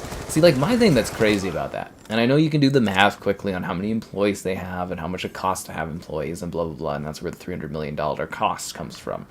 But, like, when you play Spider-Man 2, which largely reused assets from, you know, Spider-Man Remastered, and Miles Morales. So Spider-Man Remastered also cost them $40 million to make. And it's just a remaster. I was like, what the hell? I get it's Spider-Man, but, like, $40 million for that. So technically, you know, it was like $340 million to make Spider-Man 2, which leaned on the technology of Spider-Man Remastered.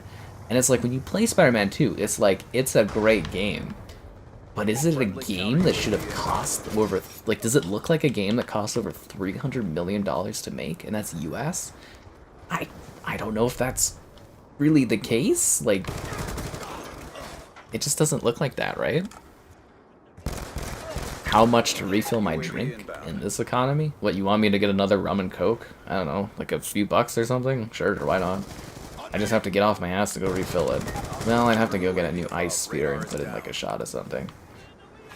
I don't know, a few bucks if you really want it, I guess. Played it on the slim, nice. Doesn't feel, okay, that's what Filet's saying there, right, too. That's how capitalism works. Yeah, that's the thing too, though, is like, is like Sony getting enough in like money back from making Spider-Man stuff? Like, I know Spider-Man is a system seller, which is good because it pushes PS5s. But like they made what 75 million or something in profits. It's like, is it worth giving, like using a talented studio like Insomniac that could be making original content or making gear games where you make 100% of the profit, or have them farming out something like a Marvel game where they're not making that much profit? Because that's what EA did with Star Wars. They didn't want to work on Star Wars stuff because they're like, why would we do, you know, Star Wars Battlefront where we have to give away like 20% of our profit when like we could literally just make Battlefield and get the full percentage of the profit, right? That's the thing with like the PlayStation games. Like, is it worth it? Is it that worth it for PlayStation to like hold, you know, Spider-Man off of other platforms just to make like not that crazy of a thing? Refill please. Alright, thanks for the donation. After the match is done, I'll go and refill my drink. Thanks. That's nice of you. Yeah. Oh, you've already chose the Black Ops 2 as meh. I'm sorry, you gotta read the poll questions. You gotta read the polls. You can't just assume. 40 million to change Peter's face. I forgot about that. Yeah, they redid his face. I hate that face change so much. Because they made him look like Tom Holland, which is weird. And they made him look younger, which I don't like. I don't know, like, I love the first Spider-Man that they did. Because it felt really cool to have a mature Peter Parker that had been around the block. Because usually when you get Spider-Man stuff, you know, like a new movie or a new game or something, it's Spider-Man, but he's inexperienced, or he's learning the ropes. And it was so refreshing to have a game where it was kind of like, here's Peter Parker, but like, he's been around the block. He knows his, you know, his rogue gallery. You know, he's done his fights. He's an experienced individual. He's still learning, but, you know, he's experienced. It's just, like, it's weird, because, like, by the second game, Peter Parker is, like, you know, basically, like, finished, if that makes sense. And I was like, what the hell? Because, you know, they want to get Miles Morales in there as quickly as possible, because, you know, Sony's trying to push their Spider-Verse to even higher box office marks, which makes sense. But it was like, you know, we finally have a good Spider-Man game where we get to, like, see this character, and, like, we don't get to kind of see him grow because they're pushing him out the door as fast as possible, and I was like, that's kind of a bit of a bummer. Actually, talking about the leaks, I don't know if you guys saw the leaks, but there was a canceled Spider-Man game, which I believe was Jason Schreier confirmed that it is canceled. Maybe it'll show up in Spider-Man 3. It was supposed to be Spider-Man 2 or 1, and it was kind of going to be like Grand Theft Auto Online, but with like Spider-Man characters. So you could play as any of the Spider people and do like roam around the city, stopping like crime and stuff. So kind of like, you know, you could be like Spider-Gwen or Spider or Silk. Silk, I think she's just called Silk, and then like, yeah, Spider-Gwen, Silk, Spider-Man, Miles Morales, and I think some other Spider people, like Spider-Verse stuff. But I think, yeah, it was canceled or whatever. 70-year-old Peter Parker. That's what I want. End of his life, Parker. I guess I have to go refill my drink, so you're just me with the pineapple cup. I'll be back when the drink is refilled.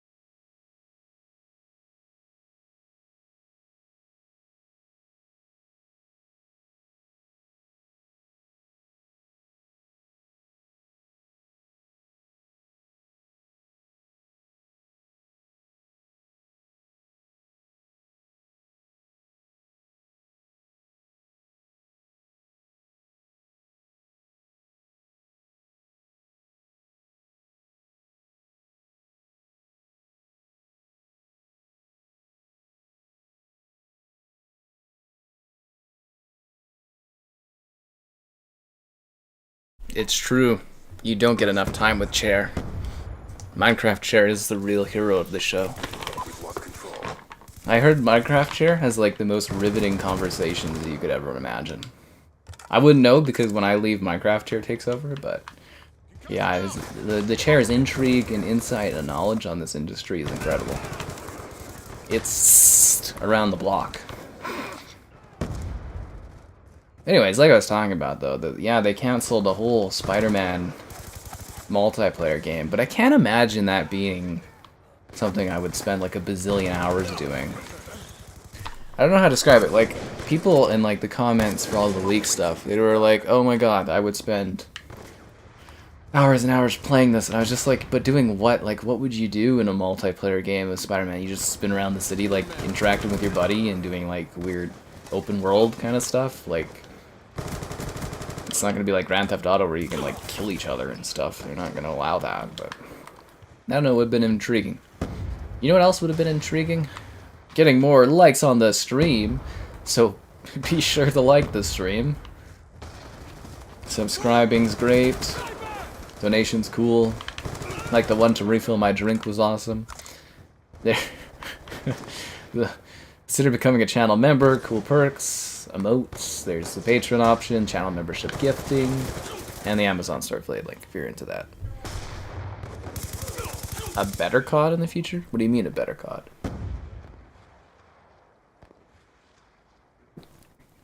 Sega. Chair should take over for one night? What do you want the chair to take over for a stream? You just want me like sitting on the couch relaxing? Actually, that would be so nice to have a stream where I could just sit on the couch and relax. Just have the chair being there, being like, I'm here guys, you just can't see me. Creeper chair is running the show. Yeah. Like hissing and stuff. Oh, thanks for becoming a channel member, Law. Always appreciated. 24-hour chair stream? Is that what you want? You just want me like rerunning old streams and just have like the chair in the background? I guess in the foreground, just doing chair stuff.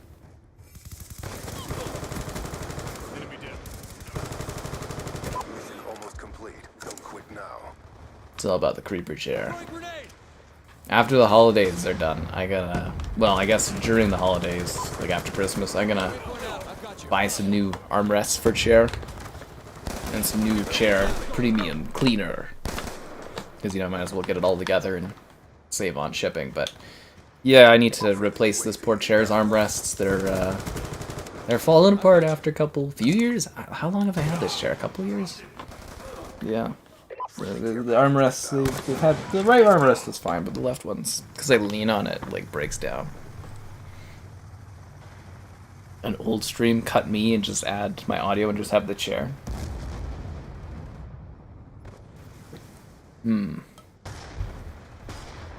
Counter UAV inbound. Ba-da-ba-bum. Be advised, hostile UAV. Best chair.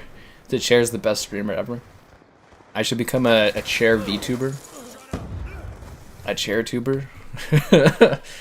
Live by and for the creeper chair. Ba ba ba ba.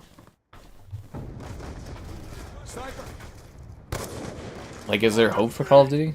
Well, Modern Warfare 2 is like the best-selling COD of all time. So, I mean, from a financial standpoint, CODs will only continue to get better. I'm really curious to see next year's Black Ops because they've had a 4-year dev cycle, which is like the first time ever. And, or is it 3-year? I don't know. 4-year or 3-year? Whatever it is. But my question now is, like, they've taken the longest dev cycle ever to make the next Black Ops, but is that because it's a 2-parter? So they've been working on the first part and the second part, and therefore it's no longer the longest dev? Because that was so funny when I was sitting there. I was reading the leak or whatever, and I was like, so they're doing a 2-parter Black Ops in 2024 and 2025. Does that mean that 2024's Black Ops only had half the development time and not the full quantity of years that they were supposed to for this one? I'm like, god damn it. I'm like, we finally get a long-term COD dev cycle for one of these games. And it's not even going to be fully used for that one title. split across 2 years. Ugh.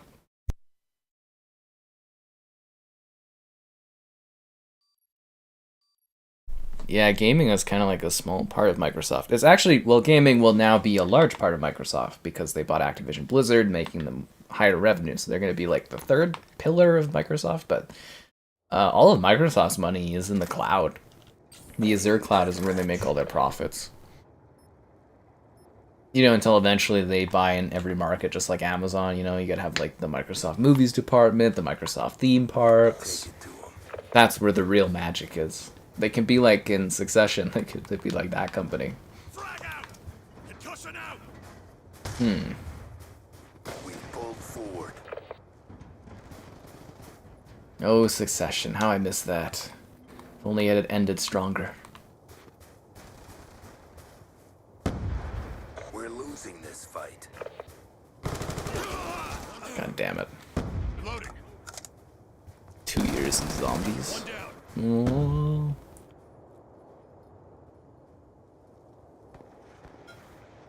2 years. Oh yeah, I heard it's round-based zombies too, which is kind of getting me excited. I love, like, I'm hoping it's classic zombies. It's probably not going to be, but they said it is supposed to be round-based zombies for 2 years. I'm just like, oh. I was like, I didn't know that was still in the budget to actually have traditional zombies. Because you guys do know, like, doing, like, Warzone zombies is them half-assing it, right? Like, them doing budget cuts to the extreme. Same with, like, other zombies where they just reuse content or, like, use pre-existing stuff and they just shove zombies into it. That's just them being lazy and, like, cutting corners. That's not providing you, like, an optimal experience. Whereas round-based zombies is actually, like, they have to design stuff specifically for that, which therefore makes it a better, well-crafted experience. Hopefully. Hopefully. The eldest boy. Oh man, it was so crazy seeing that final episode where everything just like totally fell apart and that. And I won't spoil things in case people still haven't seen it, but man, I was so bummed out with how that all ended. I mean, like it made sense, but like yeah, it's just that, you know, like the ending of that show completely goes against the actual title of that show and the premise of it, and I was just like, that's a bummer.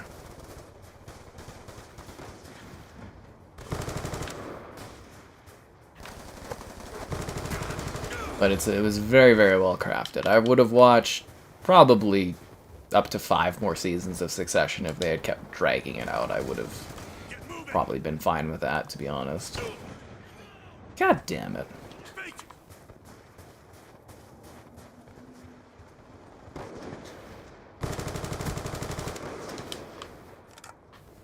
Freaking quick scopers.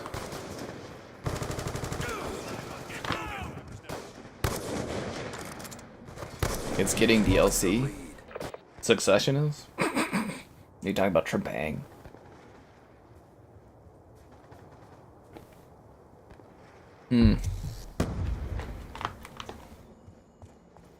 Hostile UAV above.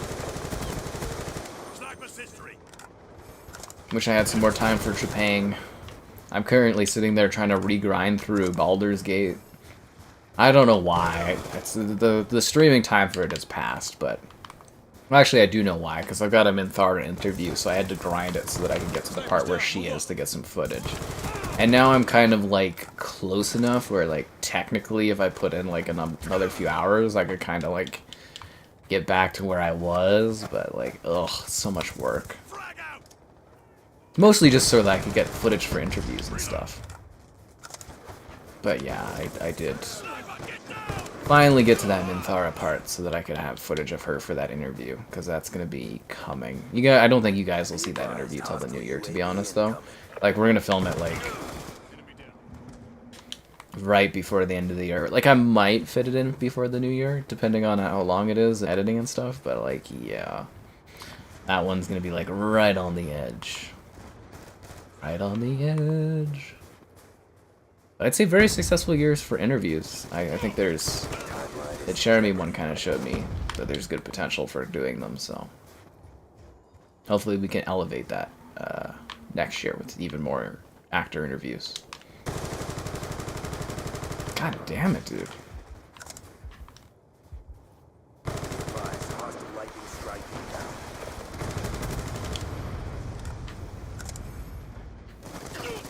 Ugh, just getting shot in the ass.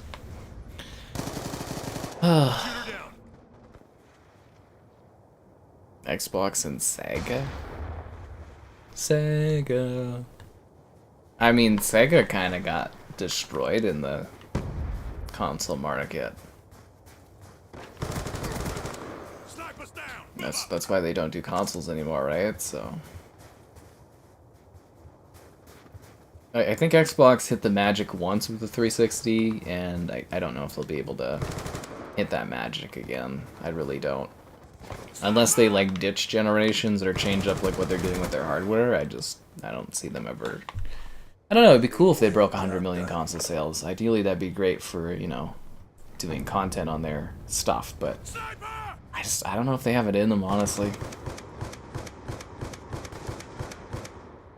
It's about games. They need to deliver more games. That's their problem. Like good games that people want to play. Trepang was kind of fun. I did a video on it.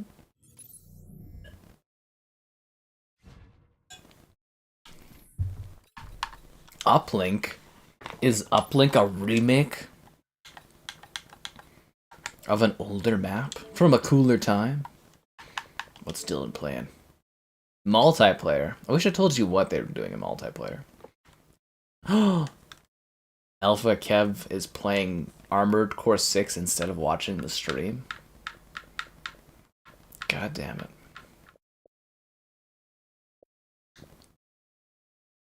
That's why we can't have nice things.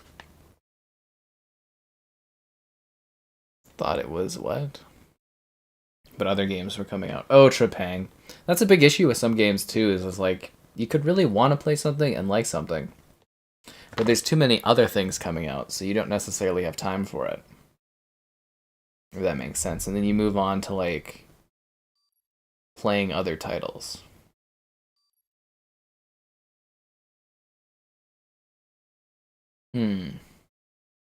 It's a big issue. There's almost too much content to take in, but not enough. Exosuit CODs? Absolutely not. I do not want any more jetpack CODs. No more of the exosuit stuff. I don't think there's necessarily a calling for it either, but who knows? I don't know, maybe they'll do one and it'll be really, really good. I have no idea, but yeah, 5 years of that straight, I was just like, that really sucked. Yeah, I think it was like, what, 5 years of all the futuristic gods? I can't tell you how refreshing Call of Duty World War II was after that many years of like weird jetpack things and exosuits and stuff. Yeah, that was hella refreshing.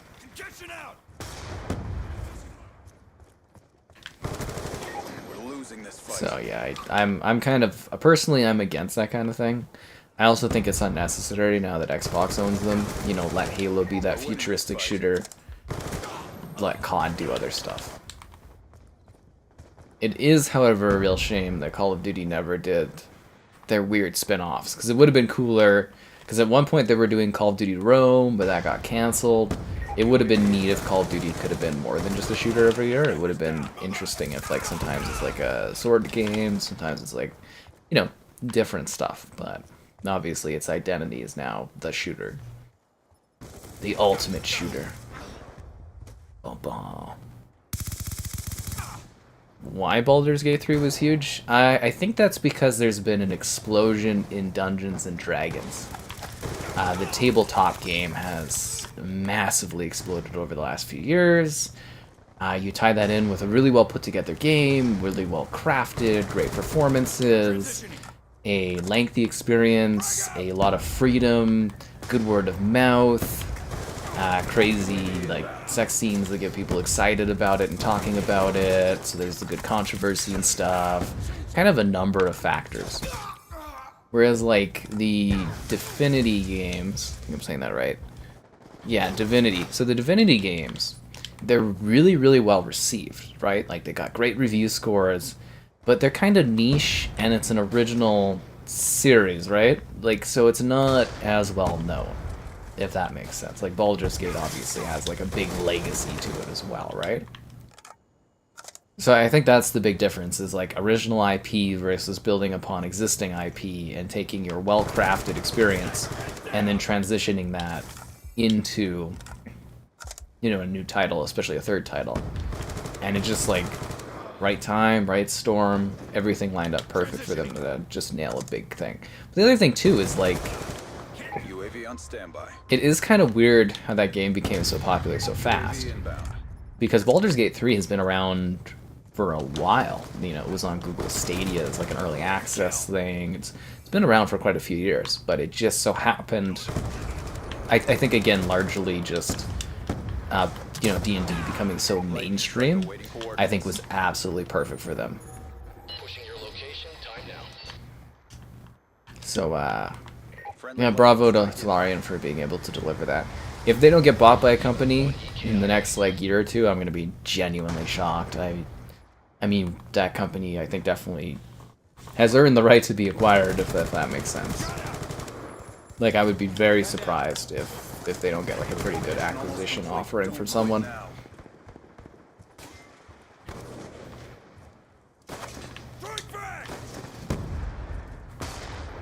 Oh, and did you see their holiday cartoon for Baldur's Gate 3? It was so cool.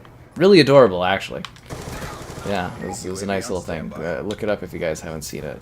UAV inbound.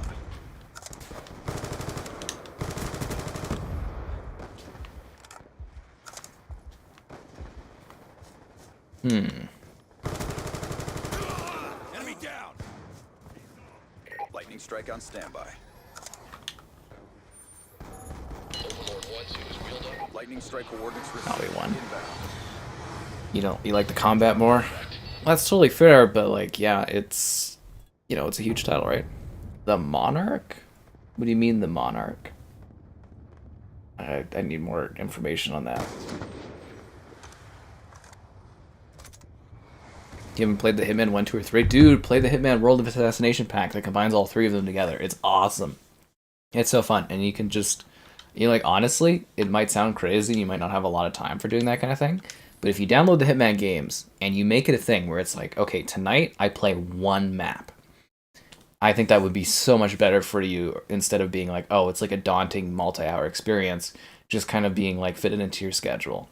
It's like, tonight I'm doing the first level of Hitman, and then the next night I'm doing another level, or however many nights later, and kind of like play like bites, like play it episodically, and I think you'll have a great time with Hitman, especially if you're busy with other games, other things in life. If you think of it as an episodic experience, I think you'll have a much easier time eating away at the content in that game and have more fun with it too.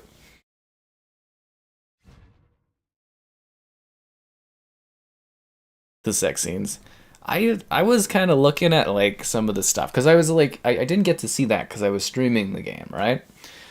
And then I turned it on when I was doing the filming and trying to catch up that I've been doing, and I was kind of like, wow, that Minthara scene is like pretty freaking crazy. It's not, again, like, sex scenes and stuff in games need to get a lot more realistic and mature, but there's some crazy stuff going on, but they still, it's like kind of like wooden acting, and I don't know if wooden acting is the right word, but it's kind of like they kind of look like dolls, kind of like clicking and stuff. I was like, oh, well, that's interesting. Kind of hot a little bit, but like, you know what I mean is, I think gaming still has a long way to go with that kind of thing, if that makes sense. Because I was like, okay, this is interesting, and then I looked up some other characters to see how those performances looked, and I was just kind of like, it just seems like the Minthara one is kind of like crazy, but all the other ones are pretty like safe and very light, if that makes sense. I don't, maybe it was the bear scene, but I don't know if it was the sex scenes that really sold people on that game necessarily, because either people are really desperate for that kind of thing, because it's like not crazy to the max. Like, I think Mass Effect has more intensive, passionate scenes from what I remember, but I think, yeah, I don't know. Like, I think the more the talking about it is what did like a big capturing people kind of being interested in that game. But I was kind of looking at a few of them because I didn't want to spoil things, obviously, in case I go play through the rest of the game, right? But I was just kind of getting a taste, a taste of the scenes, and I was just kind of like, I thought they would be like juicier, if that makes sense, like crazier, but they were, outside the Mithara one, they were pretty tame, you know, kind of a little tame. The Apple TV one. Oh no, I haven't watched that. I have like an Apple TV Press account still, I think, but I haven't. No, I haven't watched the Monarch stuff. I don't really watch a lot of TV these days. The only thing I really watch is to see how many of your likes are on the stream. Subscribing's great, donations cool. Consider becoming a channel member. Channel member gifting, the Patreon option, the Discord for stream alerts, chat and great times, and the Amazon store affiliate link. If you're grabbing anything on that, use the Amazon link. Yeah, no, I haven't done that. I'm gonna try to... Come on, get up. I don't know. I'm gonna try to watch some movies. I want to go watch Poor Things. I have 2 free tickets to go watch something at the theater, and I just haven't had any interest in like anything to go watch. So I think I'm gonna try to drag my... Like I was supposed to... I was talking with my sister about going to see Poor Things, but it's just kind of like... Her nonchalant attitude and going to watch it is kind of pissing me off because I want to go watch the movie. So I might like literally take my 2 free tickets, use one of them to go watch Poor Things, and then use the other one to go watch something else. So I might drag myself out to do that tomorrow. Like I need to go to the gym and I have to go buy like a pie for the family. But I might go and take myself to go watch a movie or something too. I don't know. I don't really want to watch... I don't think I want to support Aquaman 2, because I want to see how bad that box office can be. But, yeah, I don't know. I just kind of want to go watch a movie or something, because I haven't done that in a while. So I might be doing that soon. But, yeah, not a whole lot of TV, not a whole lot of movies recently. I need to get back into that, because it's usually quite enjoyable.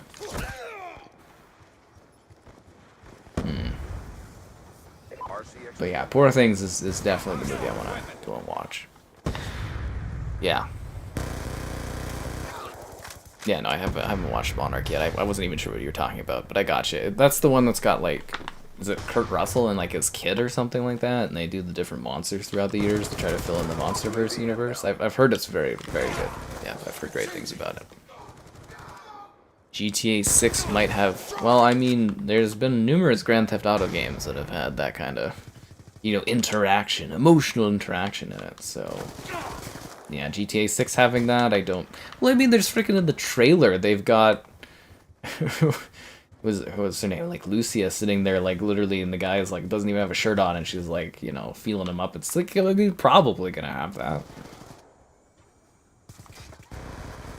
That will be... Those 2 characters will be the best interview I could ever get, if I could get it. I think that would be so hyper-popular for the channel. Getting those 2 for interviews, I think, would be just big reviews in that. Although, like, honestly, I kind of thought that the Baldur's Gate interview would be a bit more popular. I was a little surprised, but I think it's building up a bit.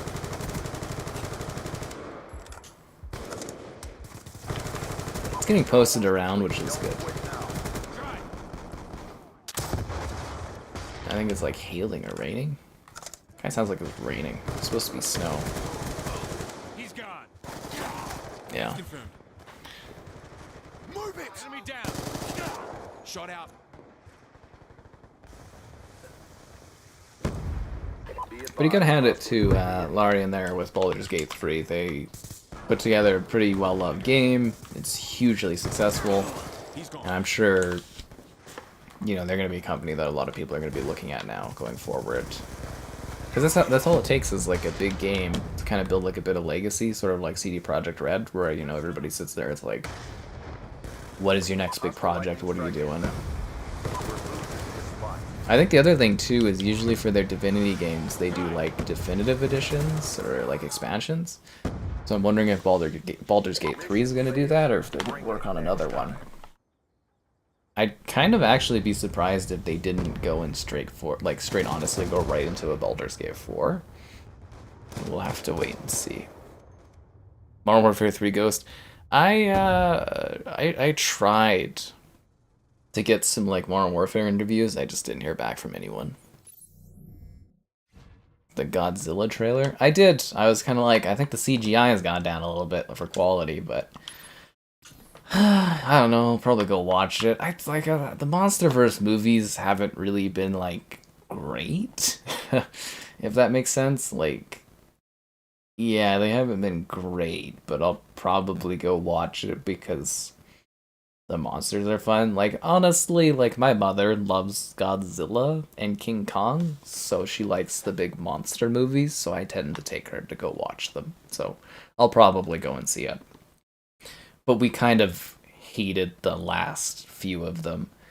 Godzilla vs. King Kong, I really did not like. It was like a bore, and that was during COVID. And then the one before that, Godzilla King of the Monsters, we watched that one in a screening in the theater. When we did screenings, back in the day. So I brought her to that one, and it was just... Yeah, that was hard to sit through, honestly. But, yeah, we'll probably end up go watch the new one together. Because she likes Godzilla and King Kong, for whatever reason. People like different weird things. Team deathmatch. I'm just along for the ride. Is Godzilla Zero showing here? I'm sure it's showing somewhere in Canada. I don't know if it's showing here. I don't know if I want to go watch like a multi-hour movie in like another language. Unless it's like a really art house thing.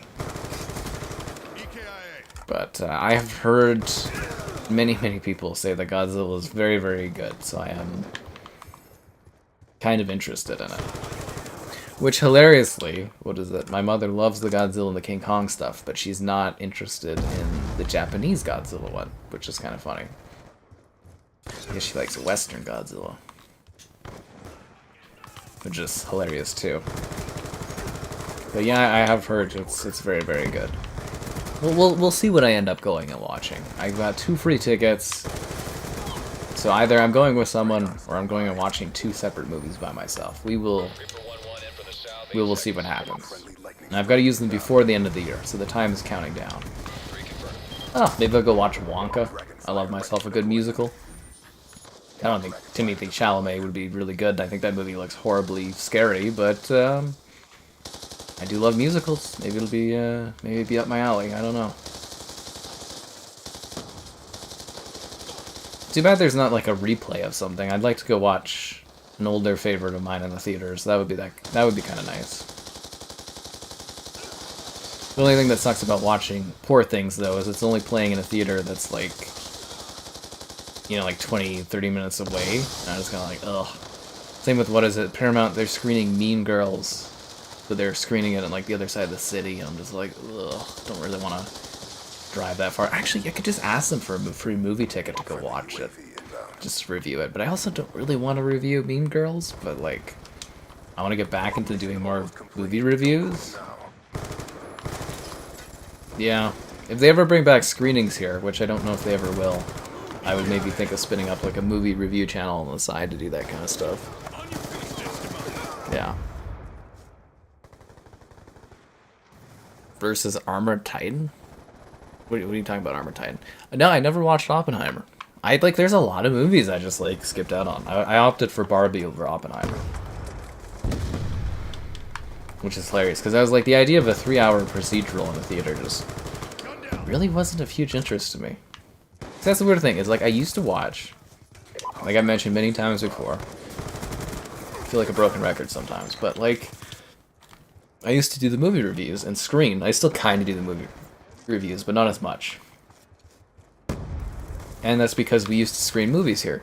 So screening means like, kind of like game review where you have like a game early. A screening is you go to a place and you watch a movie before it's out. Usually the Wednesday before the film comes out.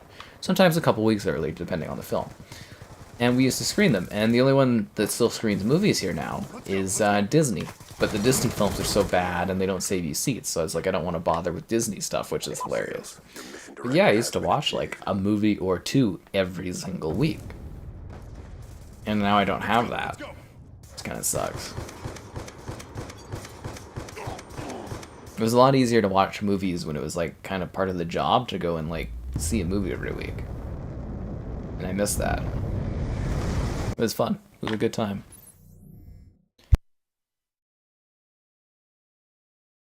You're 30 and feeling old? Well, I'm getting there too. I'm almost at that point. Yeah. Grew up within the 90s. That's fair. A replay of Jurassic Park. Oh my god. They play Jurassic Park in the theaters way too much.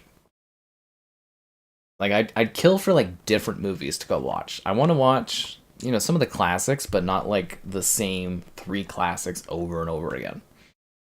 I've watched Jurassic Park in, like, what, 3D regular in the theater, so it's just like, no thank you. It's a great film, I love it, but it's just like, I want to watch something else. I've talked about it before, but like seeing Airplane in the theater, Gremlins in the theater was awesome. Ooh, Monty Python's playing. Where at? Nowhere close to where I live. Ooh, they are playing it where I live in January. Oh no, never mind, it's at downtown. Only playing it downtown. Monty Python and the Holy Grail. That would be kind of fun. I don't know if I want to go all the way downtown to watch that, though. Meh. Team deathmatch. Shut up. Downtown. Load up. When you're alone and life is making you lonely, you can always go downtown. That's the song Downtown. It's great. We've lost the advantage. I got that song from the X-Files Fresh Restart, and they were like, what, it's like a monster was like murdering people while it was playing Downtown. I was like, that's funny. But yeah, I don't know if I want to go downtown to go watch Monty Python at 7 o'clock. We've taken the advantage. It could be because they're demolishing. Okay, it's this place called Eau Claire, The lead. and it's a downtown mall, but it's always been like a crappy downtown mall. And instead of like reinvigorating it and instead of like redoing it and remodeling it, they're just gonna bulldoze it and turn it into an LRT station, which sucks. Because it's a beautiful area right across where the water is, near Princess Park. It's a beautiful, beautiful park, beautiful area. But they're just gonna turn it into an LRT station, which sucks. But like they have a theater there, and that's the theater that plays like the quirky, weird stuff, and where the film festival is. So like, yeah, the film festival was kind of like my last memory of that place. So I don't know if I want to tarnish that by going and watching anything else. That's where I watched that. What the hell was that movie called? Animal or something like that? You know, the lesbian erotic. She wants to be a hockey goalie with abusive alcoholic mother, and she's a werewolf movie. Yeah, the last memory I want of that theater is those women cracking eggs over their breasts and stuff. That's how I want to remember that. That's cinema, so I don't know if I want to go watch my Monty Python there before it closes.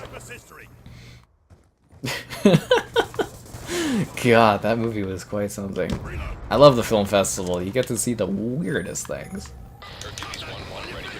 Just the weirdest stuff.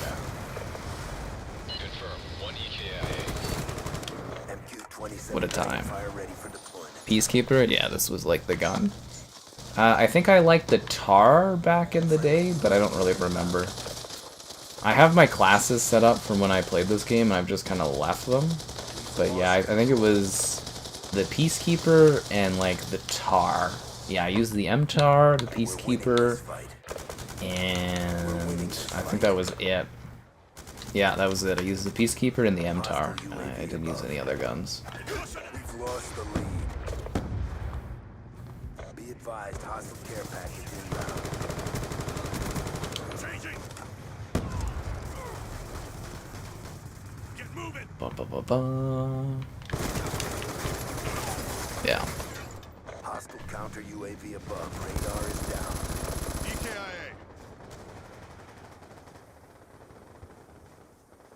EKIA. Jurassic Park. It's always about Jurassic Park.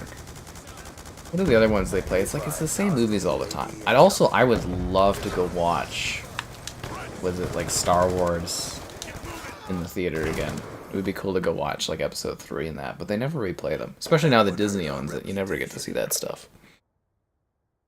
But yeah, it's just like a bit of a bummer. The theatrical experience in Canada kind of like sucks. You know, one of my favorite times was when they were doing, what was it, like a 3D flashback week, and I server disconnected. Okay, because I got to go watch Creature of the Black Lagoon, Wizard of Oz, and I think there was something else. It was like a 3D week. It was kind of cool. Those old movies. Wait, did they just glitch the servers so they could play on Nuketown a 3rd time in a row? That's lame. Tired of Nuketown. Okay.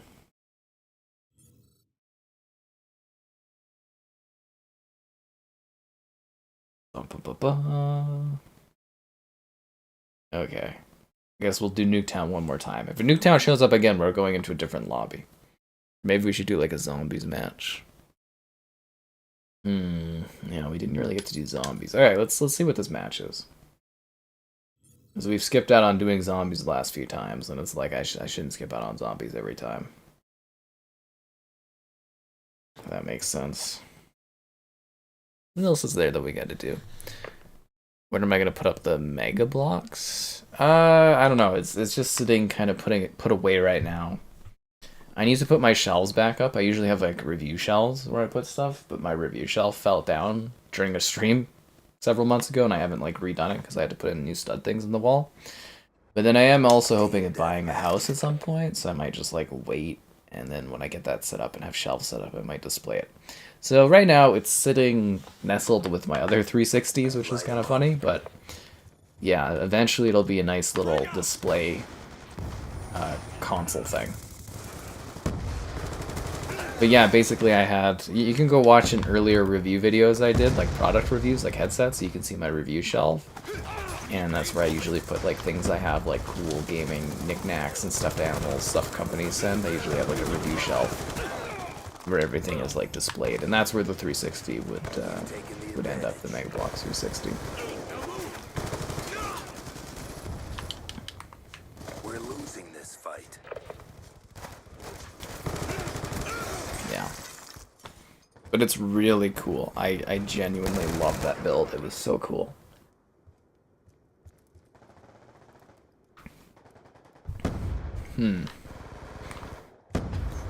But yeah, I do wish it had like a red ring of death would have been just perfect.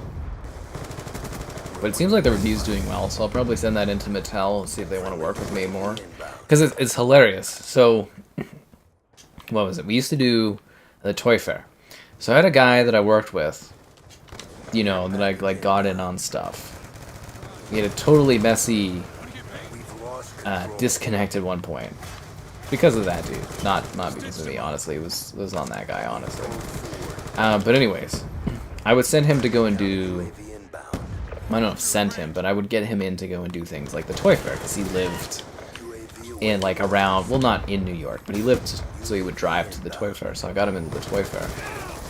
And, like, all the... We got into, like, with every single company at the toy fair to cover them. You know, like, I booked him all kinds of cool stuff. He got to do, like, the Lego brunch at the toy fair and see all the exclusive sets early in the year. You know, he got to do the brunch. I got him to all these different events and stuff like that. But the only company we couldn't get to go and visit was Mattel, which is hilarious. And then, like, I emailed Mattel basically, I think it was, like, what, a wine night? So I was kind of a little tipsy or whatever. I was like, okay, I'm gonna just shoot Mattel an email and see if they'll send me the Mega Bloks or whatever. And I was like, okay. And then, yeah, like, literally a few hours later, like, I went to bed, obviously, but, like, a few hours into the night, they just replied, and they're like, yeah, we'll send it. I was like, okay, sweet. But it is kind of funny, because it is ironic that, like, the one company we couldn't get to work with back in the day literally was just like, hell yeah. So I gotta send them the review of that. I might do a written review, too. I don't know. We'll see. I don't know if they care as much. I think they just want video coverage of it, but it would be cool to build up a Mattel relationship because they do a lot of big stuff. Yeah. So that's background context on that. Be advised. Well, I mean, all the game companies want to charge more for their games. Games technically should cost more, considering how much they cost to make, and inflation, and blah blah blah, but there's a lot other thing too, is like how much are people actually willing to pay for these games? It's a bit of a mess. Like, technically, Pressing the fight. cost per hour, gaming is like really, really cheap. But at the same time, it's like, do you want to pay that much for certain games? It's a weird, it's a market thing. Like, how much will people accept for paying? How much are they getting for value? Most of these games come out pretty buggy and broken. Yeah, I'm sure like every company, like what was it, the Take-Two guy? He's like, I wish I could charge per the hour that people play, blah blah blah. Throwing grenade. But I don't know. We'll see. I do think gaming prices will probably keep increasing now, just realistically. Grenade, move.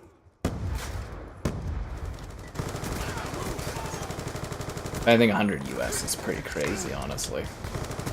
It'd be like 150 Canadian, and it's just like I wouldn't really buy any games at that point. Brought the pain. Yeah. Time to get paid. That time of year. No, I really did genuinely love that 360 build. Wanna get paid? Move it. It reminded me of like, literally, what did I say, like 2007, that perfect year where it was like Call of Duty 4 and Halo 3 and like BioShock, and it was really nice nostalgia. Like I was actually more impressed specifically with like the case, with the Halo 3 case. I love it so much. But yeah, it was a really cool thing. But I guess the biggest thing though is because what they told me is they're doing, like, it's a Target exclusive in the US right now, but then in spring next year they're gonna start rolling out the Mega Bloks like worldwide, the 360. So they're like, this is a great promotional thing, and they shipped it to me like in 3 days or something. Mattel's got a crazy promotion chain to be able to do that, but yeah, it was pretty sweet. You know what else is sweet, guys? Liking the stream, subscribing's great, donation's cool. Consider becoming a channel member. A couple people did tonight, actually, which was great. Channel member gifting, the Patreon option, the Discord for stream alerts, chatter, and great times, and the Amazon store affiliate link, if you're into that. Should we go do zombies? I don't want to play on Nuketown again. Because these guys are cheating it. This, like, Nuketown shouldn't show up 4 times in a row. We'll do one more Nuketown, and then if we don't get something else, we'll go do, like, a match of zombies or something. Team deathmatch. You don't love the red-haired girl? I do wonder if that negatively impacts views. I genuinely don't know. You are clear for But that being contact. said, I told you, man. I totally identify as a sexy redhead, so that's just me in the thumbnail, you know? This fight. Anyways, it's kind of funny though. 'Cause like I said, the one stream I was gonna do like a blonde lady, but then someone was like, "Oh, it's always redheads," and I'm like, "Okay, I'm doubling down. We're just gonna have redheaded ladies." And when Kevin's on the stream, we'll have a blonde lady too. But I'm creating a thematic theme, which is kind of entertaining. But I got like a good laugh out of the thumbnail. Like, I don't know. I think the thumbnail's kind of hilarious. It even says like Black Ops on her like shirt and stuff, and I was like, this is kind of funny. But yeah, if you go watch the Battlefield, or go look at the Battlefield 2042 thumbnail, I have like the redhead with the blonde, and then I redid the Fallout 76 thumbnails, and then we have like a versus one, so I've got like a redhead versus like a blonde, or not a blonde, but like a yellow suited Fallout 76 power armor, and I thought that was kind of funny. A lot of what I do is me trying to be comedic. That really is a big focus of mine in life, is to have a good laugh about stuff. Yeah. It's too easy to find lobbies. Mine might be rare. My Mega Bloks one? Possibly.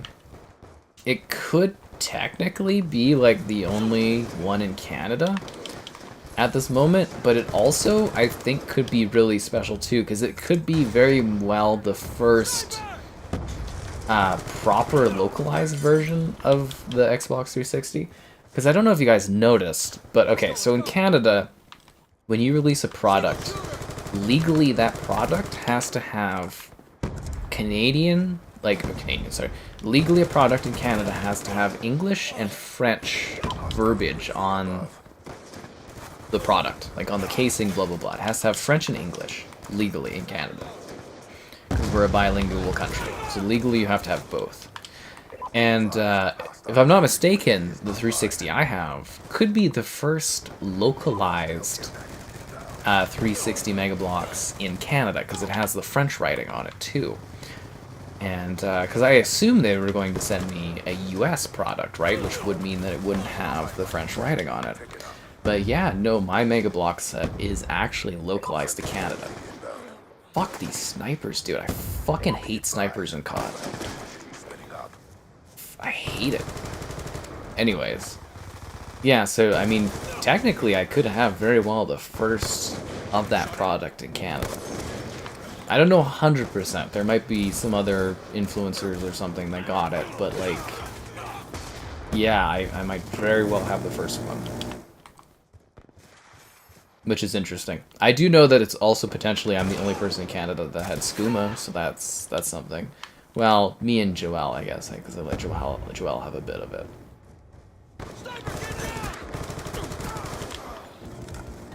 Because I got the skooma drink imported. I've got you. Concussion out. Gun down. The hell? Grenade, get out of there! Oh, and they get stabbed in the back. Where's the redhead? We have matching hats. Yeah, I am criminally underviewed. I think the Black Ops is, I think Black Ops 2 has reached its end until the Game Pass drop. Ugh. What an ass kicking that was. I think the taxi guy is cheating though, and I think he's just literally putting on, like, Nuketown over and over again. Can I prestige? What the hell? Level 55. Whoa, whoa, whoa, whoa, whoa. So I thought I was max. Am I 9th prestige? I thought I was the max prestige. Am I actually going to prestige in this game again? That's weird. Can I prestige? Unlocked after completing 55. Well, how? Isn't that like full? Oh, maybe we should play another match and I can prestige, I guess.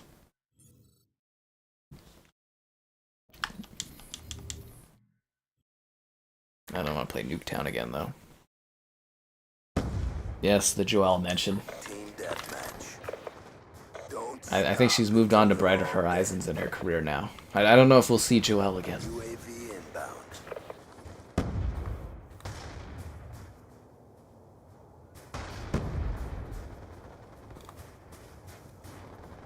Yeah, so I think the only time I could drag Joelle out for another stream would be 1 million subscribers. I'd be like, Joelle, it's time to come to the party.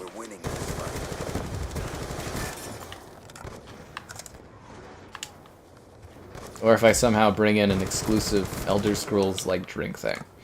Well, I mean that's pretty cool, right? Though, like, you know, she's like probably one of 2 people in Canada that will ever get to try the Elder Scrolls like skooma. You know, like literally, I think we're like the 2 people in Canada that will ever get to drink that because they never localized it here, right? So. I mean, I hope they kind of make skooma available everywhere. That'd be really cool. But, like, yeah. I think we're literally the only 2 people in Canada that ever got to do that. It's kind of wild. That's life, guys. People move on. They have other things to do. We'll always have the Joel cat emote. I hate that we have, like, emotes for Joel and Mitchell, and it's like... I think Mitchell we have on stream, like, once a year? Same with Joel. Jesus. I'm still, like, coughing, dude. This illness is, like, or this sickness is just not going away. It's pissing me off. Anyways. Yeah. Like, Mitchell, we have, like, on stream once a year, Joel, like, once a year, and it's like, we have a whole emote dedicated to them. Their emotes are great, though. The skooma, like the Joel cat emote is amazing. The Mitchell emote is perfect. God damn it, dude. Could have more emotes of my face. Or of Kevin's face. Or something. You know?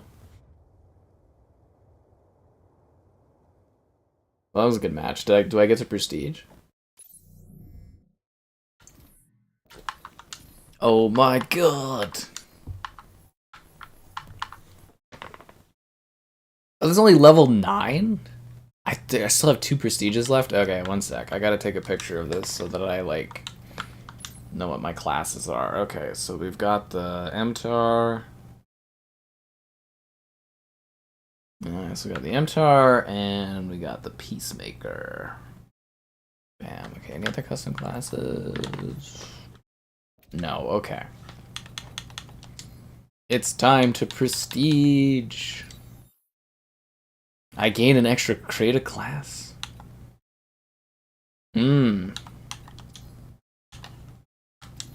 have prestige. God, I thought I was... I'm not even 10th prestige yet. I'm such a filthy casual. Oh, 1.0 KD. Not bad. Not bad. So there's like another prestige that I have to do? Oh my god, dude. No way. Alright, let's go do zombies. The zombies match. Any new news on COD? I mean, literally, like, Black Ops leaked for, like, the next 2 years, but not really, no. That's all the COD news right now. I mean, what more do you want? You know what the next 2 CODs are. Apparently, there's no one in the world playing these maps, which I know is a lie.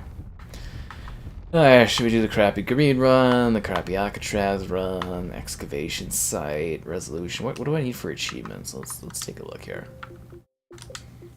3 out of 90. Origins, all the stamps, origins, buried, mob of the dead. Mob of the dead. Dinner turned? Oh yeah. Okay, never gonna get any of that stuff. 10 multiplayer games while playing combat training. I gotta sit there and just do that one of these days. I'll never get that because I don't think that game mode works anymore. But yeah, I should just... That really wouldn't take that long. I should just do it. Okay, let's try for excavation site. The hell is that? It's like some hail going on there. We'll wait and see if we get another player. I'm gonna check the weather. Alright, it's gusts of wind. Still no snow yet. It's just windy? It's just windy. What's Santa getting everyone? Clinical depression. Nah, actually, I have no idea. Well, no, I know what my sister is getting me. I'm getting, like, some sort of liquor from her. Well, I know exactly the liquor. I picked it out. I'm getting a gin... apple gin from her. Yeah. Because we go to the market, the Christmas market, and I pick out the alcohol I want, and then she buys it, but... Yeah. Socks? We still have a socks shortage where I am for Nike socks. They're impossible to get. But I have lots of socks, so I don't need any more. God damn it, we need one more player. Should I just ready up? I don't know. I like to have 4 players. Like, there's not one other person in this world that can be in this lobby at this hour, at this time of night. Oh, there we go.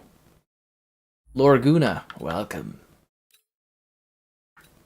How come these guys have like a higher level and I have like a 0 skull? What the hell is that all about? Is it because I prestiged? Socks to socks. I forgot we had that keyword. Socks to socks. That's funny. Arena breakout. Actually, you know what? I think I got an email about that in a press release, but no, I have not tried that. I very rarely and very selectively do mobile stuff. I do wish that I would have been able to do a mobile channel spin-off. Would have been great, but I don't think I could make that work at this point. Yeah, it would have been great to have a channel where I just like shove out mobile videos on stuff, but I think that would be impossible to get off the ground at this point. YouTube's way too saturated to get that like going.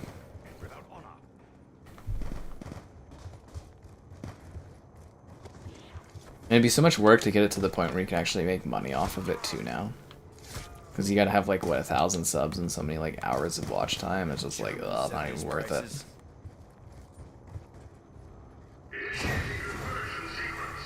I think I'm just kind of stuck with this channel and I gotta make it work. But who knows, maybe I'll be able to get my house going and then have free time with my smoothed out video schedule and be able to do all kinds of different other video projects and stuff. Who knows? Who knows? The living dead. The living dead.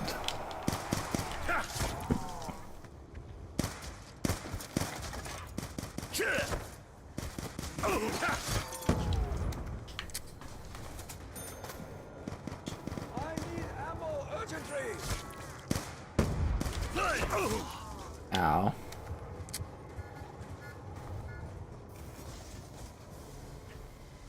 Why is this guy just looking up at the roof? What's he looking at? Is he gonna be that guy that disconnects at round 3? Is he just like, did he put like a thing on his controller so he just does the circle? Oh no, he's playing, but what is he looking for? Are you trying to find love and romance in a horrible, bloodied World War I situation? You're not gonna find that here.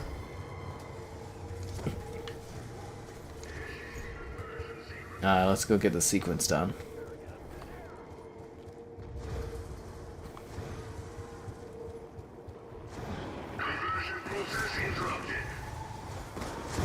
Is the pack-a-punch here? Or not pack-a-punch, sorry, the mystery box? Oh, piss off, dude. Really, with insta-kill too? That's embarrassing.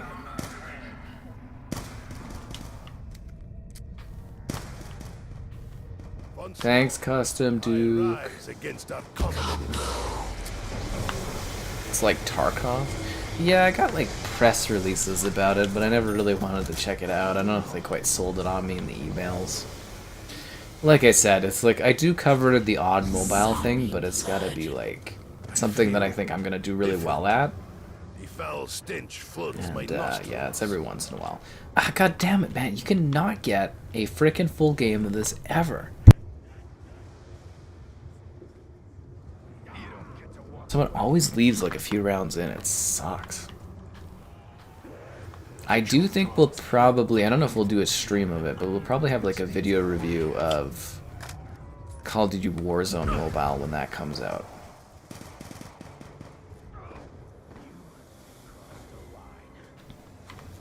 Yeah. We'll see what happens over time.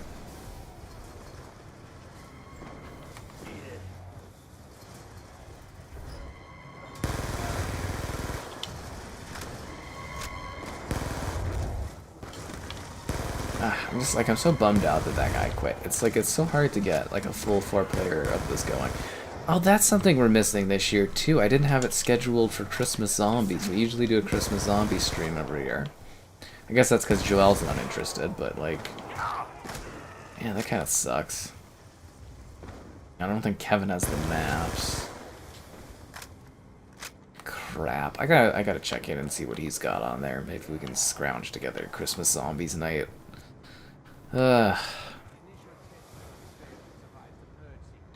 Sucks to suck.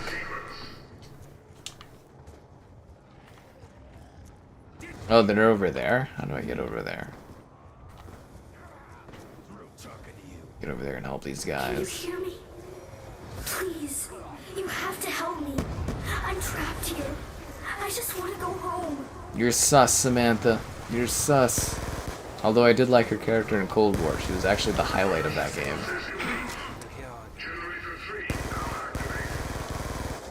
Except her weird wedding dress outfit. I never really understood that. It's strange. This map, yeah, to me, Zombies got less and less interesting with the more crap they threw on it. I actually think that was like the biggest issue with Zombies is just like how convoluted it started to get. Like, for me, the fun of Zombies was play a level, come up with a fun strategy for surviving, and see how long you could survive. And then yeah, they kind of moved away from that and just really wasn't as good ever. And then when they moved away from like ground-based survival, that's really where I was just like, oh, this sucks.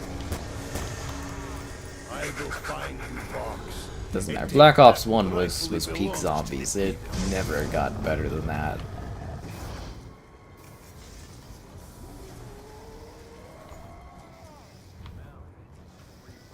And we're moving out to the open. Let's see what we can do with your likes on the stream. Subscribing's great, donations cool. Consider becoming a channel member. Channel member gifting, the Patreon option, the Discord for stream alerts, chat at great times, and the Amazon store affiliate link. If you're grabbing anything on Amazon, use the link.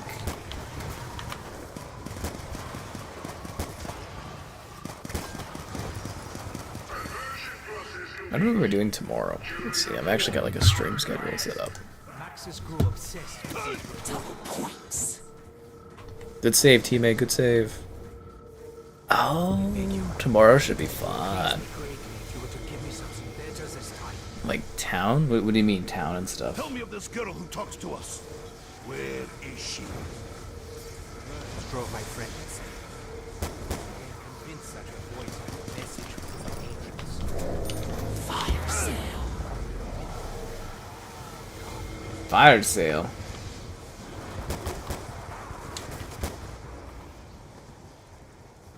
We gotta go and hit the box. I don't know what you mean by town or survival mode. I miss grief.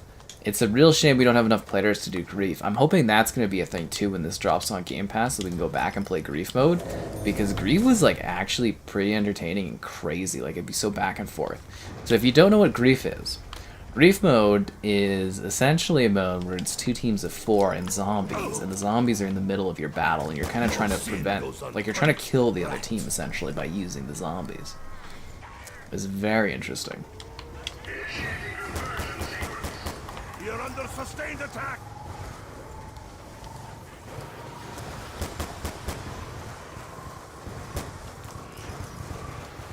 Max ammo.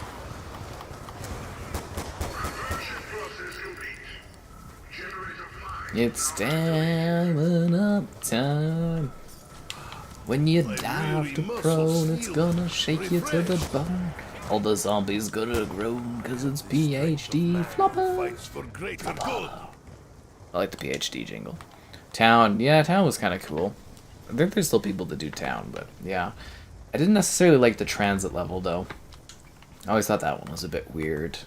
But yeah, town was cool because it kind of like carved up sections and stuff like that. I need the box. I have all the perks, guys. The Galil. Russian soldier values more than his rifle. Oh, the other guy left. Especially in this Oh, battle. is everyone? Is it just me? Am I just by myself now?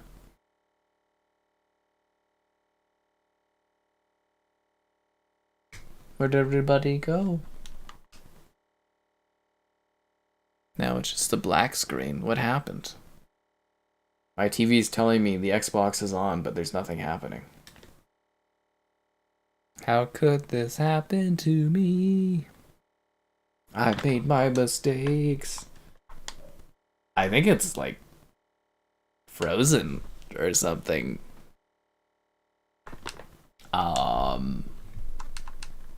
Okay, I think we have to restart it. I think it's broken because that guy quit. This is very strange. Alright, well there goes that idea. Black Ops 2. I'm never gonna get those achievements for doing the zombies in Black Ops 2 on that map, am I? I'm never gonna get them. We do the stream like every so often and I try to do the zombies and it's just like everybody quits or it just does not work.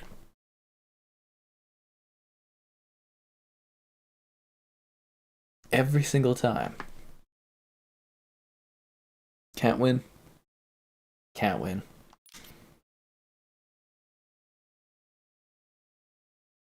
Connecting to online services. Okay. Should we try excavation again, or should we go for a different thing? Nuketown, there's Alcatraz. Great Leap Forward, which kind of sucks. I love Buried, but let's go for Alcatraz. Yeah, let's see if we can do Alcatraz. Okay, 3 people. Promising, promising.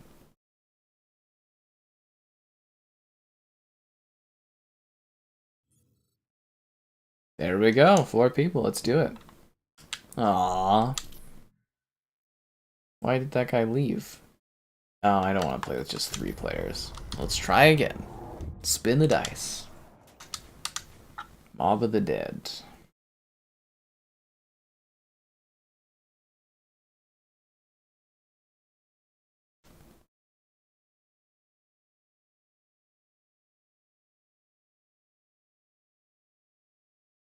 Alright, let's see if we can get anybody. This is always the hardest part of zombies, is doing this.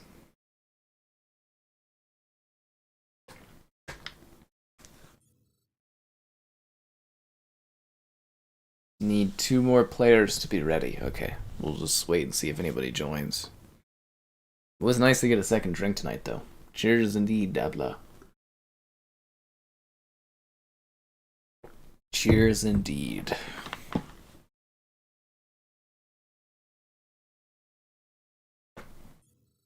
Alright. Looking for 1 more person. 1 more player. Had to glitch for over 30 rounds. I'm just trying to get like the last achievements I'm missing. I don't know how else to describe it, but like I keep hoping that eventually I will get a lobby and we'll be able to get like the last stuff. Like at least like freeing like an Origins releasing Samantha. That's just finishing the story. Like technically I should be able to get some team at some point that's able to do that. Like I can't even get that with teams cheating. I can't even be able to seem to get that kind of achievement going. You know what I mean? It blows my mind. It's like I literally have people that cheat for us and give us everything, and we still can't get it. Ugh. Bothers me like crazy. Because it's like I basically do this in hopes of just getting my last achievements. Actually, I should probably send Kevin a message and see what he's got for zombies. Honestly.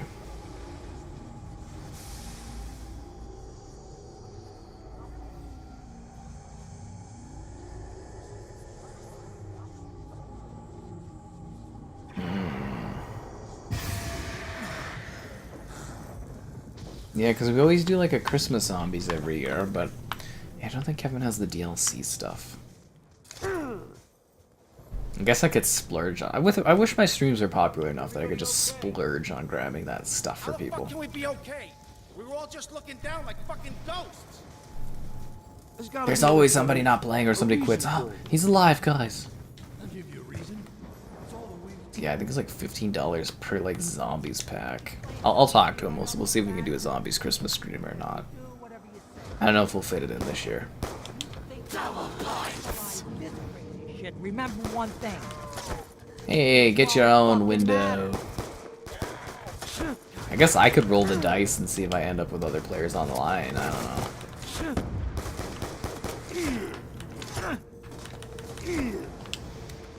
You don't come near me. You get it? I think these kill you. Guess not forever. Anyone get in here, right? There's fucking corpses running around Alcatraz. I don't think an explanation's gonna help us. Don't you realize what's happening? Doesn't everything feel familiar to you guys? Somebody left? Mother... God damn it, dude. Why? We just started. Black Ops 3 zombie remakes? I kinda... I don't know, I don't like those as much. I do own them. I haven't really ever played on them, I guess. Like, I bought them and I never really played on them, but... Yeah, I'm more into, like, Black Ops 1 zombies, honestly. Alcatraz, yeah, Alcatraz was pretty cool at the time. They kind of got lazy with this one because they reused it in Black Ops 4 and kind of 3 as well, I think. And Cold War, right? Didn't they throw this one in Cold War too?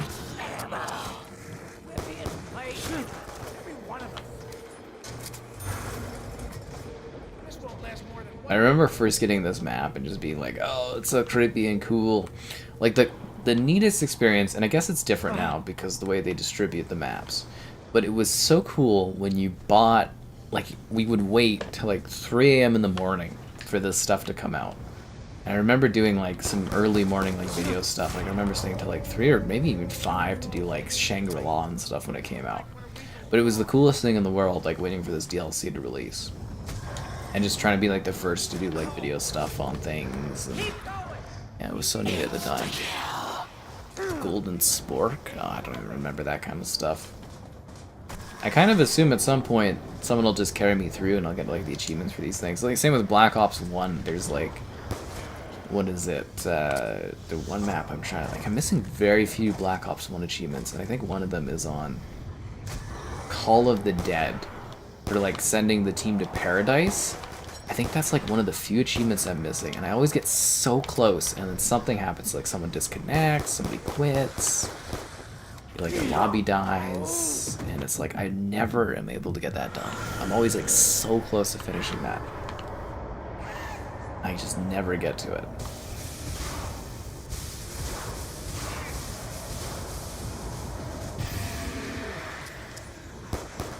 I think there's shit we can do when we're floating around like that.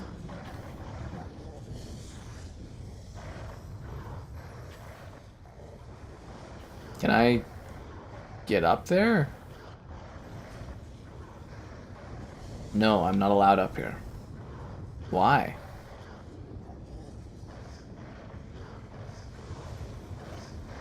Did they not like me? I don't understand.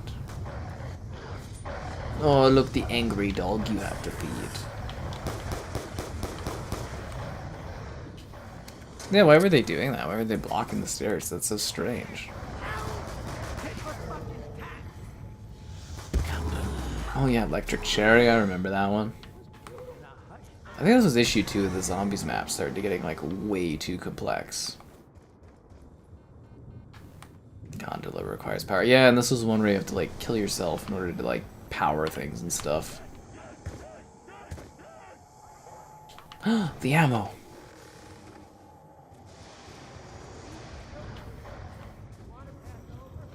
And I think you get down and revive yourself like once per round. Oh god, I need like a better gun. Is there anywhere to get a gun here? Oh jeez, I literally do not remember the layout of this map at all. Take the Remington for now, I guess.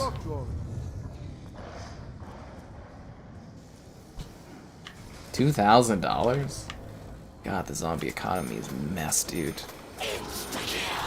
The other thing is, too, trying to get achievements for games that are so old is so difficult, especially for multiplayer.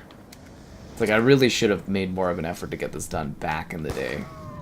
But even then, back in the day, getting people to do anything in this was like a nightmare unless you like knew each other.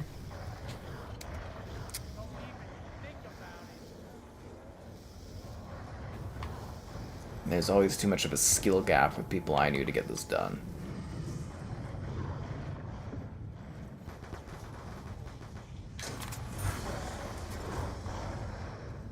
This map too, way too many doors and hallways and trickling corridors.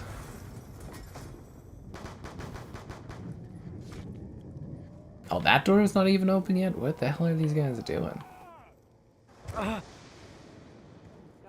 Thy holy MP5.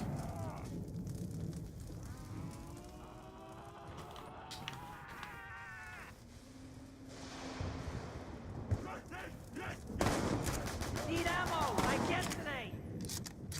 How much is the MP5? 1,000. I'll save up for the MP5. It will be my weapon of freedom. Anyone thinking about checking out?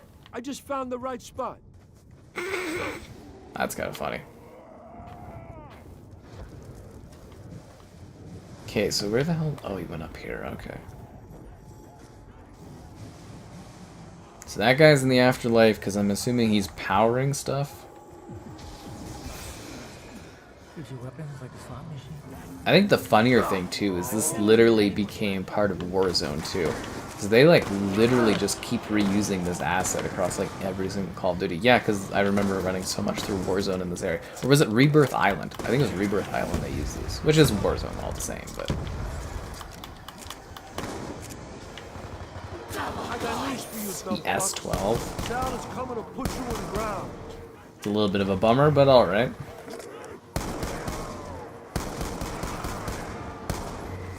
This gun kind of kills. Let's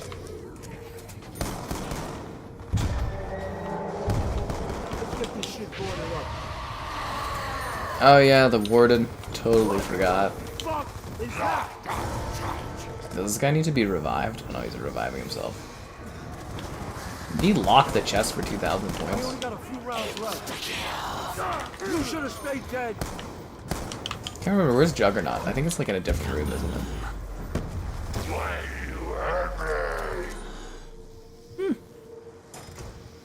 Too much to do for players to understand. Yeah, that was the big issue, is like, for me, zombies became way too convoluted. Like, I'm pretty hardcore about stuff, and even for me, there's so many, like, steps and things you have to do, and so much. And then even later and later zombies, it just became more and more and more complex, and it was just a certain point where it was kind of like, oh man.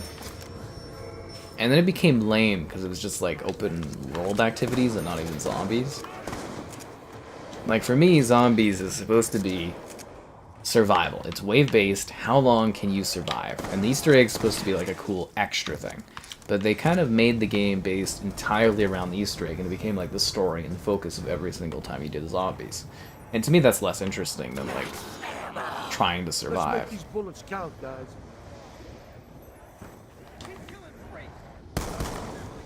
Kind of wanted the MP5, but now I've got lots of money. It's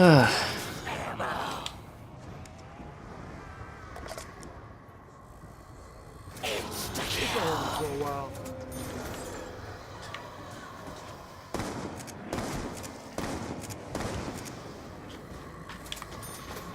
I gotta smash you into fucking pieces, pound you with the hammer, and set fire to PDW? what's left.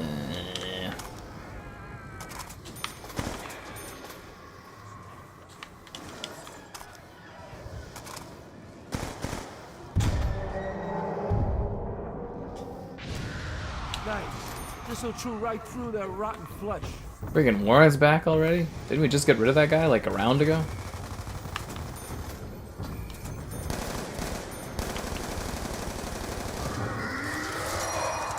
That's another thing too, is these super characters are kind of a piss off. I think it's Ferguson. I think Black Ops 1's Call of the Dead would be like the perfect level if it didn't have that Romero guy on it.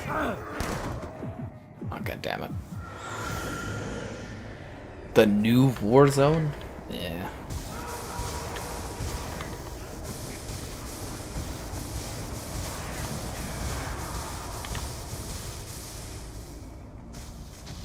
I can revive myself, but thanks. Thanks, dude. What the fuck is that?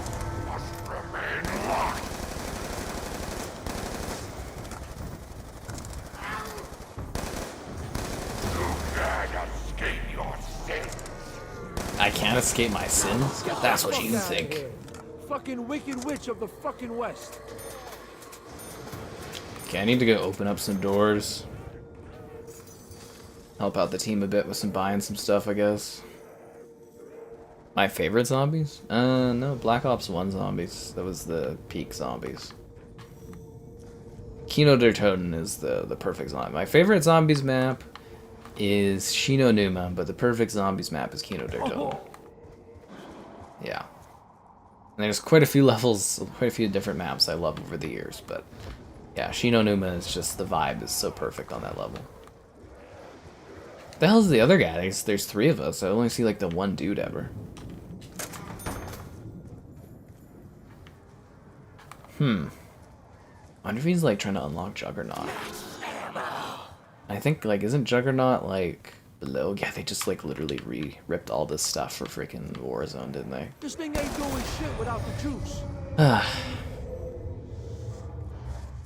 Because now I think I'm playing this, and instead of thinking this is zombies, I'm thinking this is freaking Rebirth Island over and over again. Hilarious. The warden never leaves, he just keeps returning. It's a loop, guys. Remember, it's not a loop, it's a spiral. Yeah, I could call the gondola. The hell are these guys?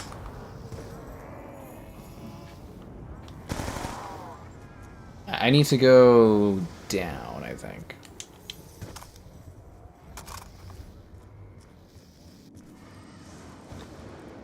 When you dive to prone, it's gonna shake you to the bone. All the zombies gonna groan cause of PhD flopper. What is this? Actually, I don't even know if this guy's down here. One other thing too is these maps are so large, it's like it's hard to coordinate where your teammates are. Oh yeah, and then you gotta do the thing and solve the puzzle and all that.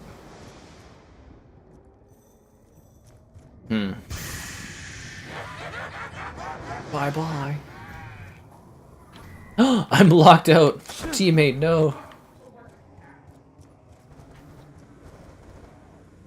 Yeah, I have 10 points off of that one too, which is kind of funny. Oh, there we go.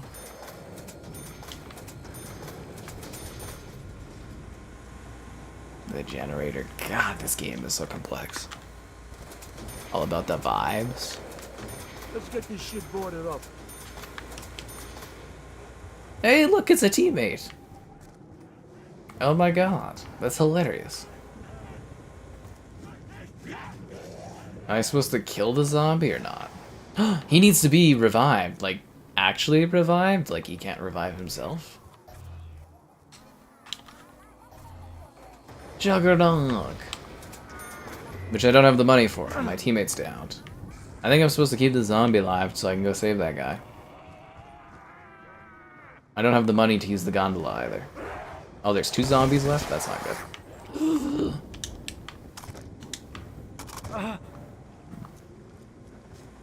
Yeah, I don't think I am in a position to go save that guy in time. I don't even honestly know where he is.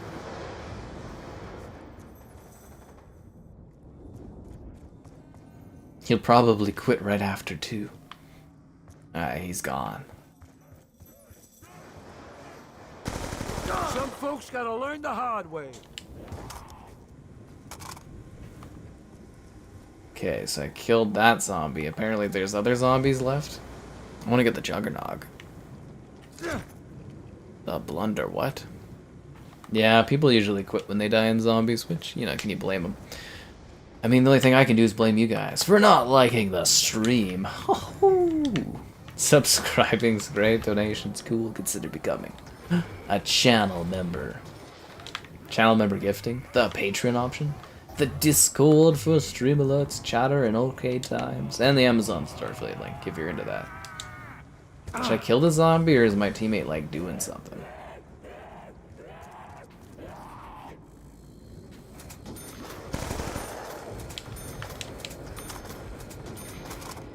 Oh yeah, this thing with the stupid stuff. Well, I remember you have to keep like killing yourself to keep getting to new areas. It's a very dreary kind of outlook. Yeah, kind of a dreary way to do stuff. Anyways, we're camping here to get the Juggernog.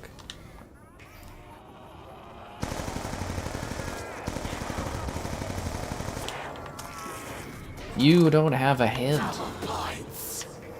Now's our chance to make some serious dough. It is interesting though that they went for like Who the fuck do you think you are? Put your they did fucking like paws all-star on me. casts for, you know, the original like Black Ops 1. After a while they did some like big cast names, and then in 2 they kind of abandoned that entirely. Cause yeah, Black Ops 1 they had like that one level with like Romero and Sarah Michelle Gellar and stuff like that. I should have been doing actor interviews for years on Zombie or Call of Duty, or not Call of Duty, No but ammo. like video game That's stuff. just fucking great. Really missed out on doing a lot of cool things. Too close, motherfucker. Way too close. Alright, let's get back to where the others are. Let's meet up with the rest of the squad, which is apparently up above, high in the sky. Oh yeah, and the electric things in the lighthouse too. Such a far walk. And to think, when the developers made this, that this would be like the foundation of Call of Duty stuff for like a good decade to come, just like reusing the same asset over and over again. Kind of funny.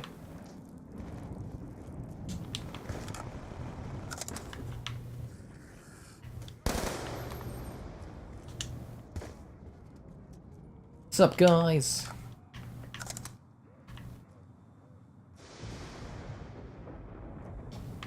I'm all out. This is not good. They just like chillax in here? Doesn't seem like a bad team. We'll see when everything falls apart.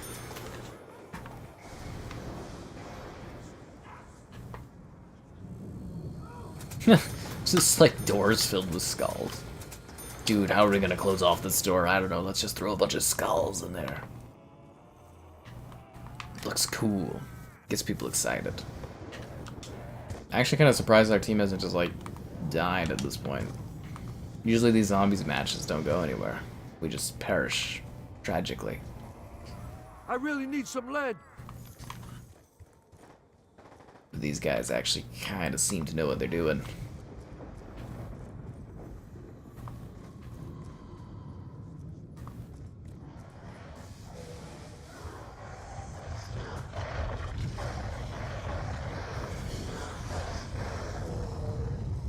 Door needs power. I gotta feed the creepy dog. Fucking dog. What's it do? Does it mean something? I will feed this door. I always thought this was ridiculous too, where you gotta kill zombies to feed the giant dog monster.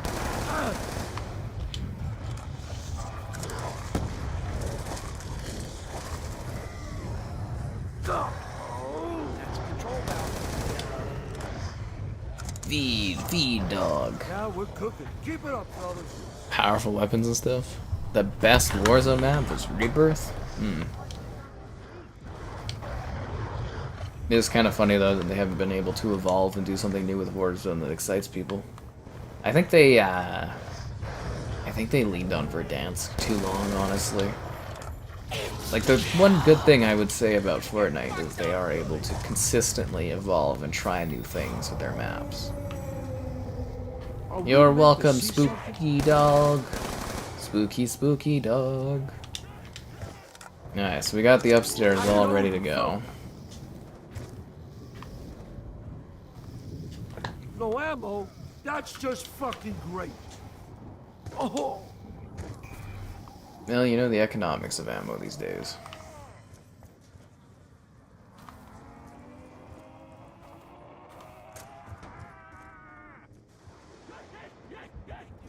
Okay, now what do I do?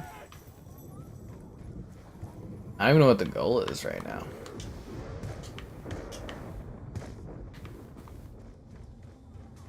Trying to think of the half dozen things I'm supposed to do to contribute to the team. I'm all out. This is not good. Oh, he's getting the plane parts, so I guess I should just kill zombies then. Over halfway. We'll get this shit done.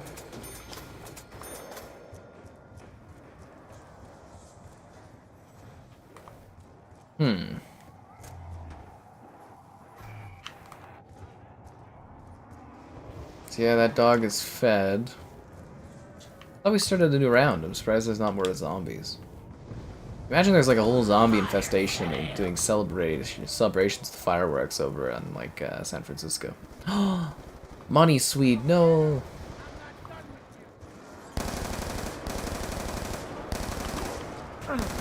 What the hell?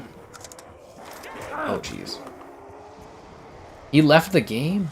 Why? Oh, Christ. Okay, well, I think we're gonna fail, guys. Why did that guy leave? He wasn't even the guy over here.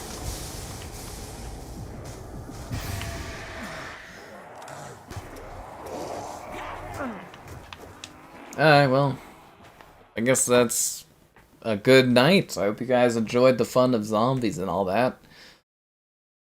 Till next